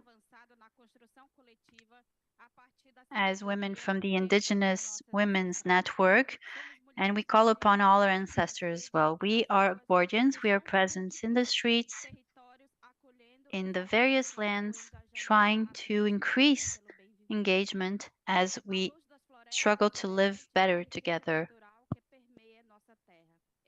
Our forests have lots of nature, lots of qualities, and we are here to defend all these biomes, the biomes and the people that live in them. We are guardians of an ancestral heritage. Our bodies are sacred. Our land is an extension of our identity. However, we see more and more the oil industry advance upon our land. They do not own them, but they try and impose this toxic shadow upon our land. Deforestation, land grabbing, illegal mining. This is like an open wound that contaminates our blood. It threatens our traditions. It threatens our future generations and the social biodiversity that sustains life. It's essential to stop agribusiness, predatory agribusiness from growing. As with religious fundamentalism that doesn't understand our cosmologies and tries to undermine our faith in order to ensure that 1.5-degree target will be met. This is essential if we want to protect the climate and protect our biomes. It's essential that this be reflected in the decisions that come out of the climate negotiations here in Dubai. We require all authorities to assume their role and responsibility in protecting our natural and cultural resources. It's essential for all nations, governments, parliaments, judiciaries, corporations, and multilateral organisms to work together and join efforts so we can have a just transition that will allow us to phase out, to stop being dependent on fossil fuels and replacing it immediately, this polluting energy that leads to damage that we cannot repair on our planet. We also demand to be included as Indigenous women in the processes of decision making, participating directly in the negotiations, since we are responsible for preserving most of biodiversity in this world, which is essential to keep the climate under balance. Respecting our traditional knowledge is essential for global societies to learn and build together with Indigenous peoples the necessary actions to be able to save our climate. Beyond that, we need climate financing to reach our communities. We need mechanisms that are not bureaucratic so we can have direct access and we can strengthen our way of living. We ask upon all authorities to adopt necessary measures to ensure that in the future indigenous women will not be threatened, to make sure our biomes can grow. Brazil can be an example of meeting environmental and sustainable transition. We need to make sure that it is fair in environmental aspects, in terms of justice, in terms of equality. As indigenous women, we want our territory and bodies to be protected. We want the world to welcome sustainability, and the time to act is now. Thank you very much.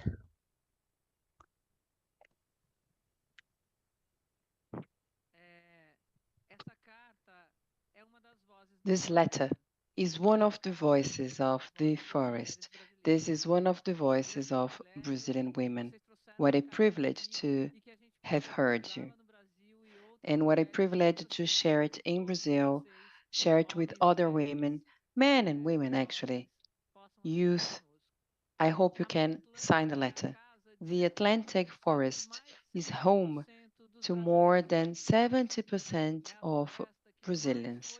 It is the forest that has been most devastated, although it has most of the biodiversity in our country.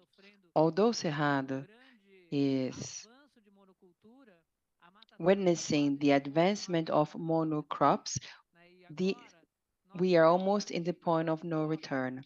We are here at the COP, willing to bring some good news.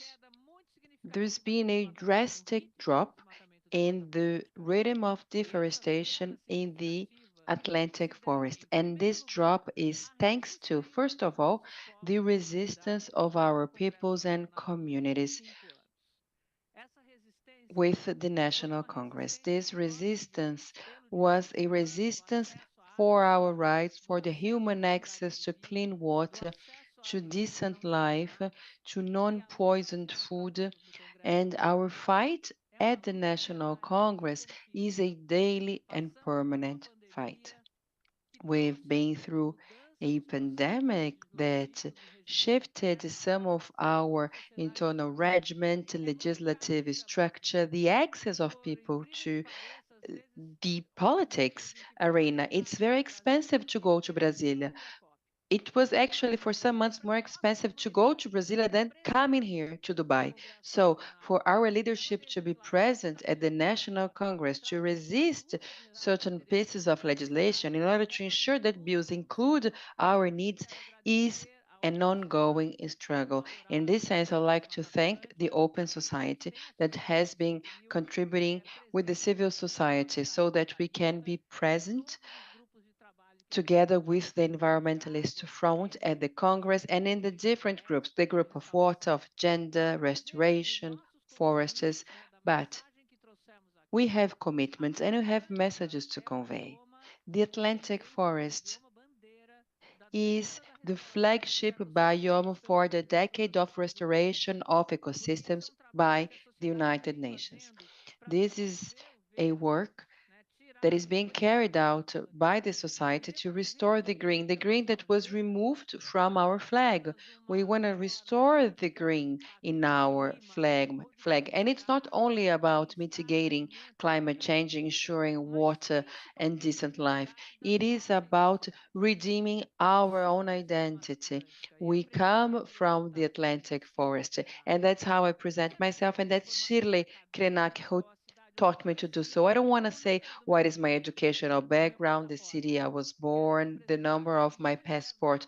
I like to present myself as a woman from the Atlantic forest who is a daughter, a mother, and a grandmother. So I have the obligation, our generation has the obligation to avoid mistakes. We can no longer make mistakes when it comes to legislation, to the poisoning of our streams of water, of our oceans, rivers, with wrong policies that make us move backwards. We have to overcome the backlash and make the commitments that we undertake true. This is a real challenge.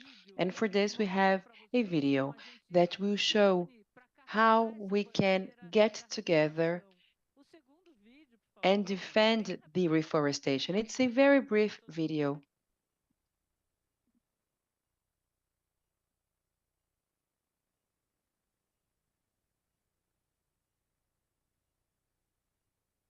No Brasil, terra presenteada pela grandiosidade da Mata Atlântica, floresta onde cresceu a nossa nação, guardiã de uma das maiores reservas de água doce e potável do mundo, refúgio para uma imensa diversidade de plantas e animais únicos de nosso planeta, e lar para 70% do povo brasileiro, a esperança é a luta que nasce com as cores de nossa bandeira.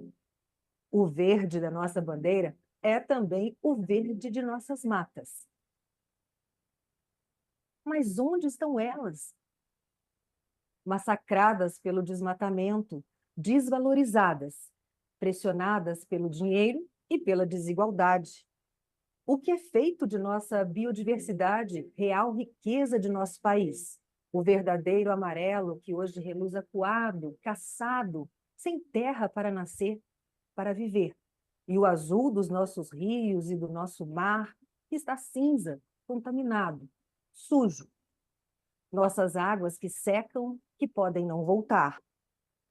Cadê as cores da nossa bandeira? Devolver o verde para o planeta é presentear um futuro melhor para a humanidade. É valorizar as nossas florestas e também o nosso povo. Afinal, nós somos parte essencial do todo. Nós somos a esperança. Por isso, a bandeira da SOS Mata Atlântica é a bandeira do Brasil. A nossa bandeira é cuidar das águas e garantir o direito à água limpa para a nossa nação. É proteger as nascentes, os rios e o mar, e assegurar que o azul continuará a existir nas próximas gerações. É recuperar a biodiversidade e criar espaços para ela ser e viver. É proporcionar o equilíbrio ambiental e deixar o que é valioso existir. O amarelo brilhar. É zerar o desmatamento e restaurar as florestas para combater a emergência climática e garantir a qualidade de vida das pessoas.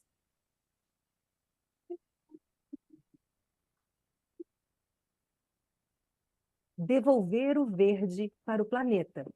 Essa é a nossa bandeira.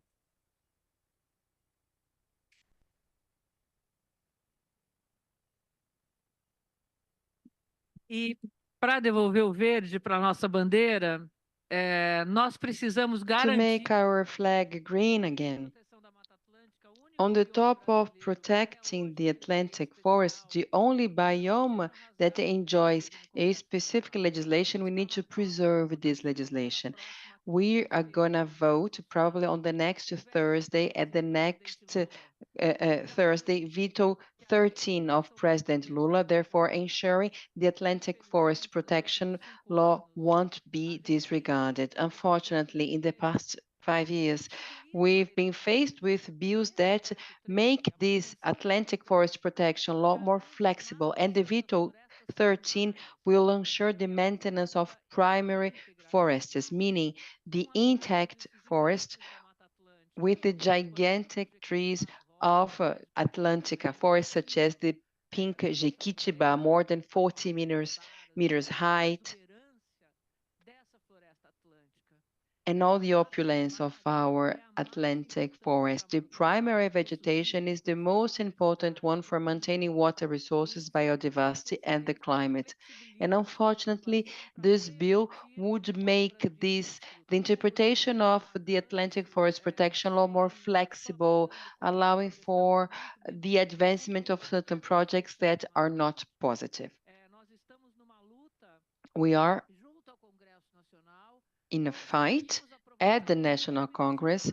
We obtain the approval of the Senate to ensure the protection of the Atlantic forest, but we are struggling at the House of Representatives, the lower chamber. So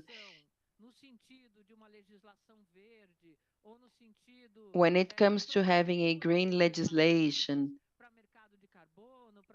for carbon markets and other instruments that were discussed here, we have all of this, but on our day-to-day, we cannot allow the Brazilian Congress to disregard this piece of legislation. It is the only biome that has a special legislation. So if this happens to a biome that enjoys the legislation, which is a special legislation, what will happen to the other ones?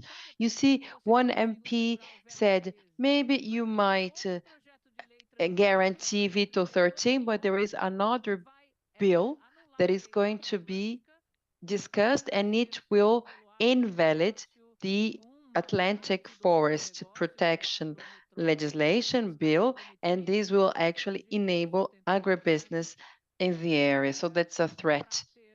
And therefore, there will be permits for monoculture, mining projects, but we won't allow this to happen because it's not necessary. It is possible to combine the protection of the forests, the restoration that we have to do. I mean, we need to enforce the forest code in all biomes, restore the ecosystem, and this is for our very survival, for our resilience, and for a sustainable future.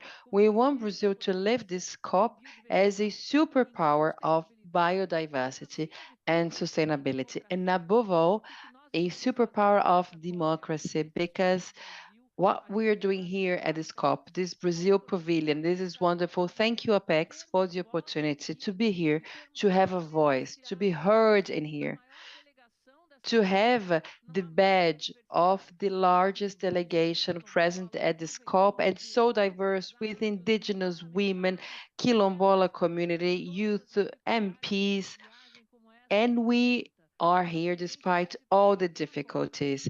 So when it comes to the next COP, I hope we can bring effective actions. And in order to overcome language barriers and to be able to make the others understand what it means to be in connection with the forest, with the Atlantic forest, we invited Eduardo Smith. He's here. He's a Brazilian DJ, known, very known, famous here in the Emirates. And he's the one doing this translation, so as to say. But there was a technical problem, and we wanted to have Eduardo Smith mixing live. He won't be able to do so, but you are a Brazilian man living here. So if you could please tell us a bit about how the art can help us overcome these barriers to sustainability. Good evening, and thank you for the invitation.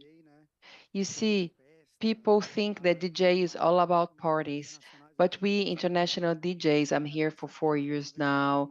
I mean, all the artists, we have another role to play also. Of course, that we attend several events and we bring the Brazilian culture to many places. Here in the Emirates, more than 70% of the population are foreigners, people who were not born here. So there is an entire universe within the Emirates. But we also have a cultural role, which is driving emotion through music, but not only through the beat, but we have songs with indigenous aspects. We try to send this cultural message, and we also have lyrics that defend the preservation of the Atlantic forest. Sometimes I play in five-star restaurants with people from all over the world, not only people who live here, they are in Dubai in transit. And when we play this type of music, people come meet me and they say, what are the lyrics about? Some people, they speak Spanish and they understand some of it. They understand that it is a song about preservation, about water, so they are curious about it. And we have a lot of musics. and songs about it. I wanted to play some of them. Unfortunately, it won't be able, but we have several songs about preservation, about nature, and our role as an artist living abroad is to make the world think about it. Not only they will be sitting down in a restaurant, but maybe this person will ask for the song, download it.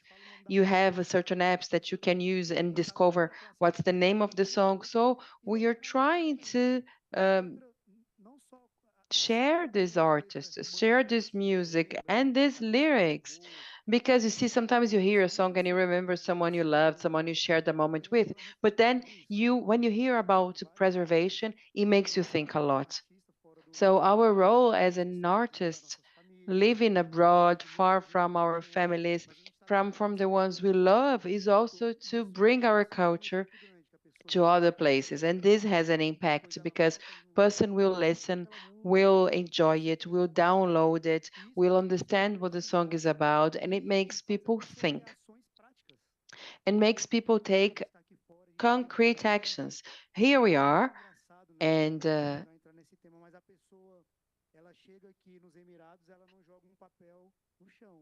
here people at the Emirates, they don't throw paper on the floor, but in Brazil they do it. So why do people behave differently depending on where they are? And I think that music has a role to play in this sense. People will think about things when they hear certain songs. So our role as artists is actually to make people feel things and make people reflect and think and take action. And in order to be able to touch people, aside from all of you who are here and are having their hearts touched by the forest, by everything that's being said, I want us to hear from Carlos Drummond de Andrade. We have our last video now, and we will hear some of his words. Viola de bolso. It's wonderful. Pocket viola. No esforço de fugir à mata escura, bromélias em família buscam luz em suas folhas, uma gota d'água, puro diamante líquido reluz.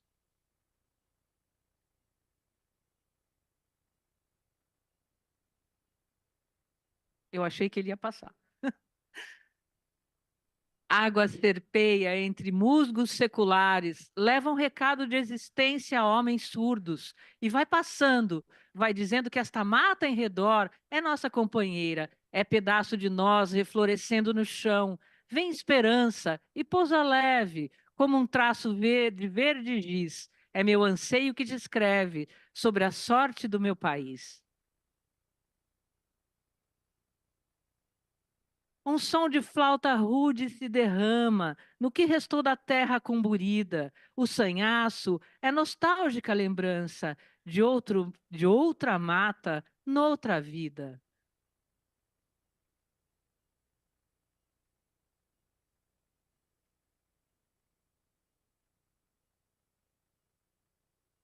Sou pintor ou pintura? As cores arco-irizam o meu manto. Objeto luxuoso, esvoaçante, gravura colorida. Não me neguem, por Deus, direito à vida.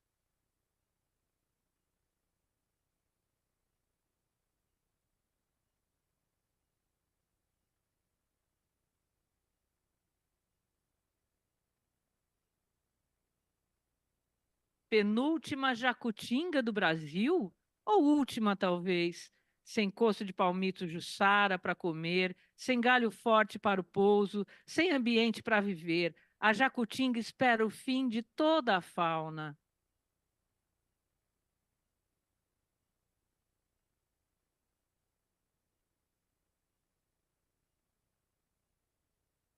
Meu verdoengo tucano de bico leve e guloso, escuta este teu amigo, te arriscas, se não me engano, a ter um fim doloroso, se não te pões ao abrigo do destruidor ser humano.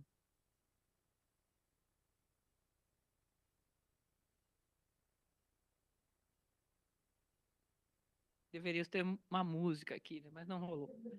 Mano ouriço cacheiro, vejam essa.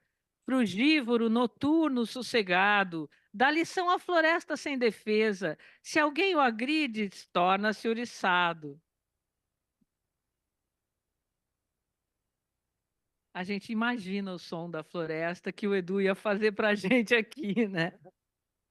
Fica para outra, né, Edu?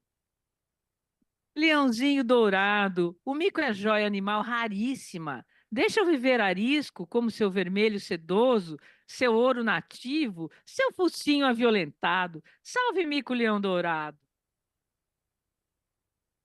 É uma joia viva de muitas joias da Mata Atlântica.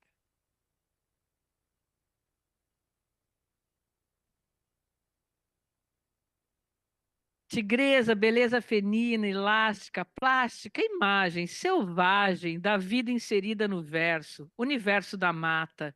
Que rumor é esse na mata? Porque se alarma na natureza, aí é a motosserra que mata, cortando oxigênio e beleza.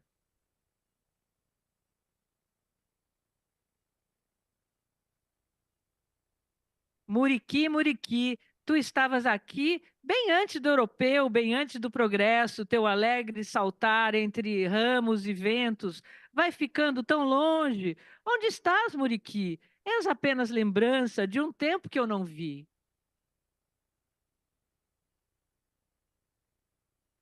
Os poemas vão ficar passando aqui com dupla linguagem, não sei como é que está o nosso tempo. A gente ainda tem um tempo. So I don't know if we still have some time. We'll keep the poems passing and you have both languages. And then I will just give the floor back to Shirley and she can close this panel to really get us motivated to continue on our fight. Okay, so I guess we'll watch the rest of the video another day, right? Deixa esse texto fazendo um favor, que eu vou ler para Could as you pessoas. put the text back? I'd like to read it to people. It's a very important poem. Isso. É. Que às vezes as pessoas esquecem era o último, era a última borda.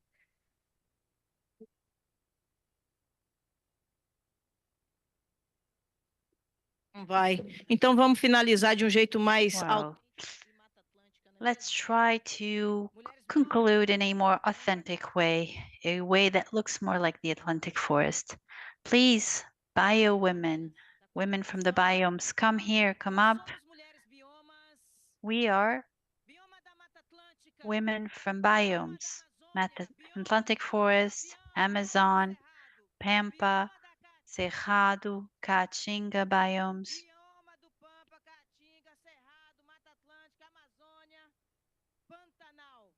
And Pantanal. For those who forget about the biomes,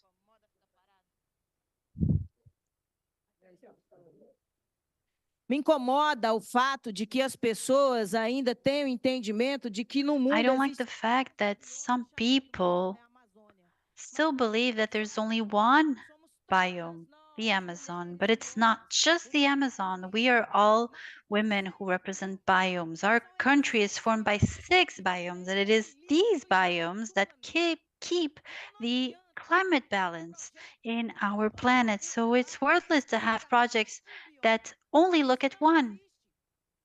There isn't only one. It's about time for society to open their eyes, to open their hearts, but mostly to open their ears, to learn how to listen, to really understand what it's like to listen. Because when non-Indigenous people don't know how to do it, they don't know how to listen, how do they expect to be able to have the forest back, a forest that was destroyed by white people, not by us? And a lot of the time, we, women of these biomes, are criticized. Sometimes we're ignored because it seems that we are not intelligent enough to save the planet. But of course, it's not up to just us, Indigenous people, to save the planet. It's up to white people to those who have colonized and continue to do it and destroy our sacred land. Stop destroying, people, please. Stop bringing propositions as the ones we're seeing here at this COP and we see every time at COPs, because they're not working. They're killing people. And you know what? When the earth opens its mouth to swallow all the evil, then everyone will have to pay. But I am certain that if we work for restoration of our land, which is precisely what we do in our network, in Anmiga, we're focused on local restoration, because no one wants to go back to restore what they've degraded. They just want to keep on destroying. And this is just a shame. And then you come to COP and you have all the movements being separated because of greed. Who can get the most money? Who will have more money? And then you have this split between movements, and they love that, the big negotiators, because that's their intent, to get us to be on the watch out for ourselves, to be separate. Because our movements, all the movements, the social movements, when we're united, the laws that are passed cannot be destroyed. However, when we're apart, then it's difficult to get our struggle. It's difficult to continue fighting. So let's continue, but united. And when the earth opens its mouth to swallow all of humanity, we will be swallowed. But we will be swallowed and we will go down and with dignity. The earth is going to embrace us. And those who are destroying it all, I'm sorry to say, human being there on the other side, you might be spat back up. The earth might not accept you because your body is rotten. You are a rotten human being who destroys, who hurts the environment, who pollutes my river with mercury. Because in my community, children cannot go to the river to fish, to bathe. Have you eaten fish while here? Well, we don't have that anymore in my community. And now we have to learn to restore the land. But we're not used to doing that. We're used to caring for it. We know how to take something from the forest with respect, with dignity. And now we have to learn to restore. But the destruction wasn't caused by us. The destruction was caused by those who colonized us and who provoked it all the destruction. So I always ask this question because we are very repetitive. We have to repeat ourselves a lot because I think you really aren't really able to listen very well to what we say.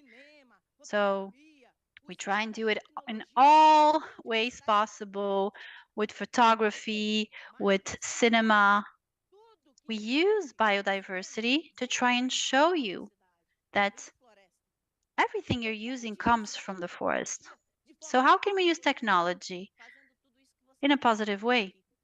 And how can we do everything we've just shown you with dignity and with hope for all the biomes? This is why we're here. This is what it means to love, truly. This is what it means to have hope. You can't just say you're going to save the planet. You have to actually do it from the inside out.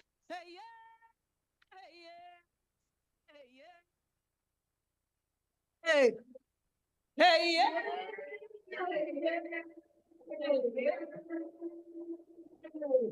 oh, Maria Terra, wit. Higikan makiam, tapatu pitu pão é cã. Jucurnara é, tapatu pi. Jucurnara é. Higikan makiam, tome Mata Atlântica, ué. Eu sou Mata Atlântica. Vivo Mata Atlântica e vou morrer. I am the Atlantic Forest. I live the Atlantic Forest, and I'm going to die the Atlantic Forest. While there is one Krenak alive inside the Atlantic Forest, there will be resistance. Because before being resistant, we're also resilient. Tuboquinhaui, borumango teré, oa tuboquinhaui, borumango teré. Hey, yeah, hey, yeah, hey, yeah, hey, yeah, hey, yeah, hey, yeah, hey,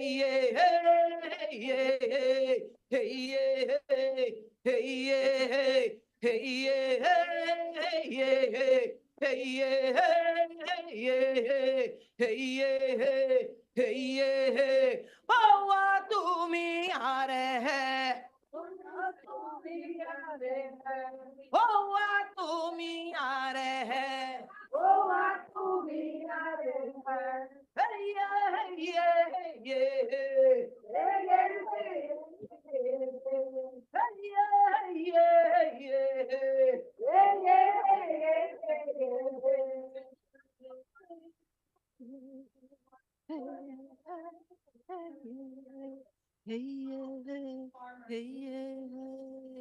Isso significa biomas. This is what biomes mean. This is what it means to fight with hope and dignity, and mostly with respect. Existem as nossas vidas ativistas. Aside from our personal lives, or actually before our personal lives, we have our lives as activists, and we know very well how to do it, which is why we're here to occupy the space with dignity, but not through individuality. Otherwise, I'm sorry, humans, but we will not be able to do things correctly. So we have to be united for a cleaner planet with more dignity. Save the biomes. Muito obrigada. Eu amo vocês, meninas. Demais. Thank you very much. I love you all. Thank you.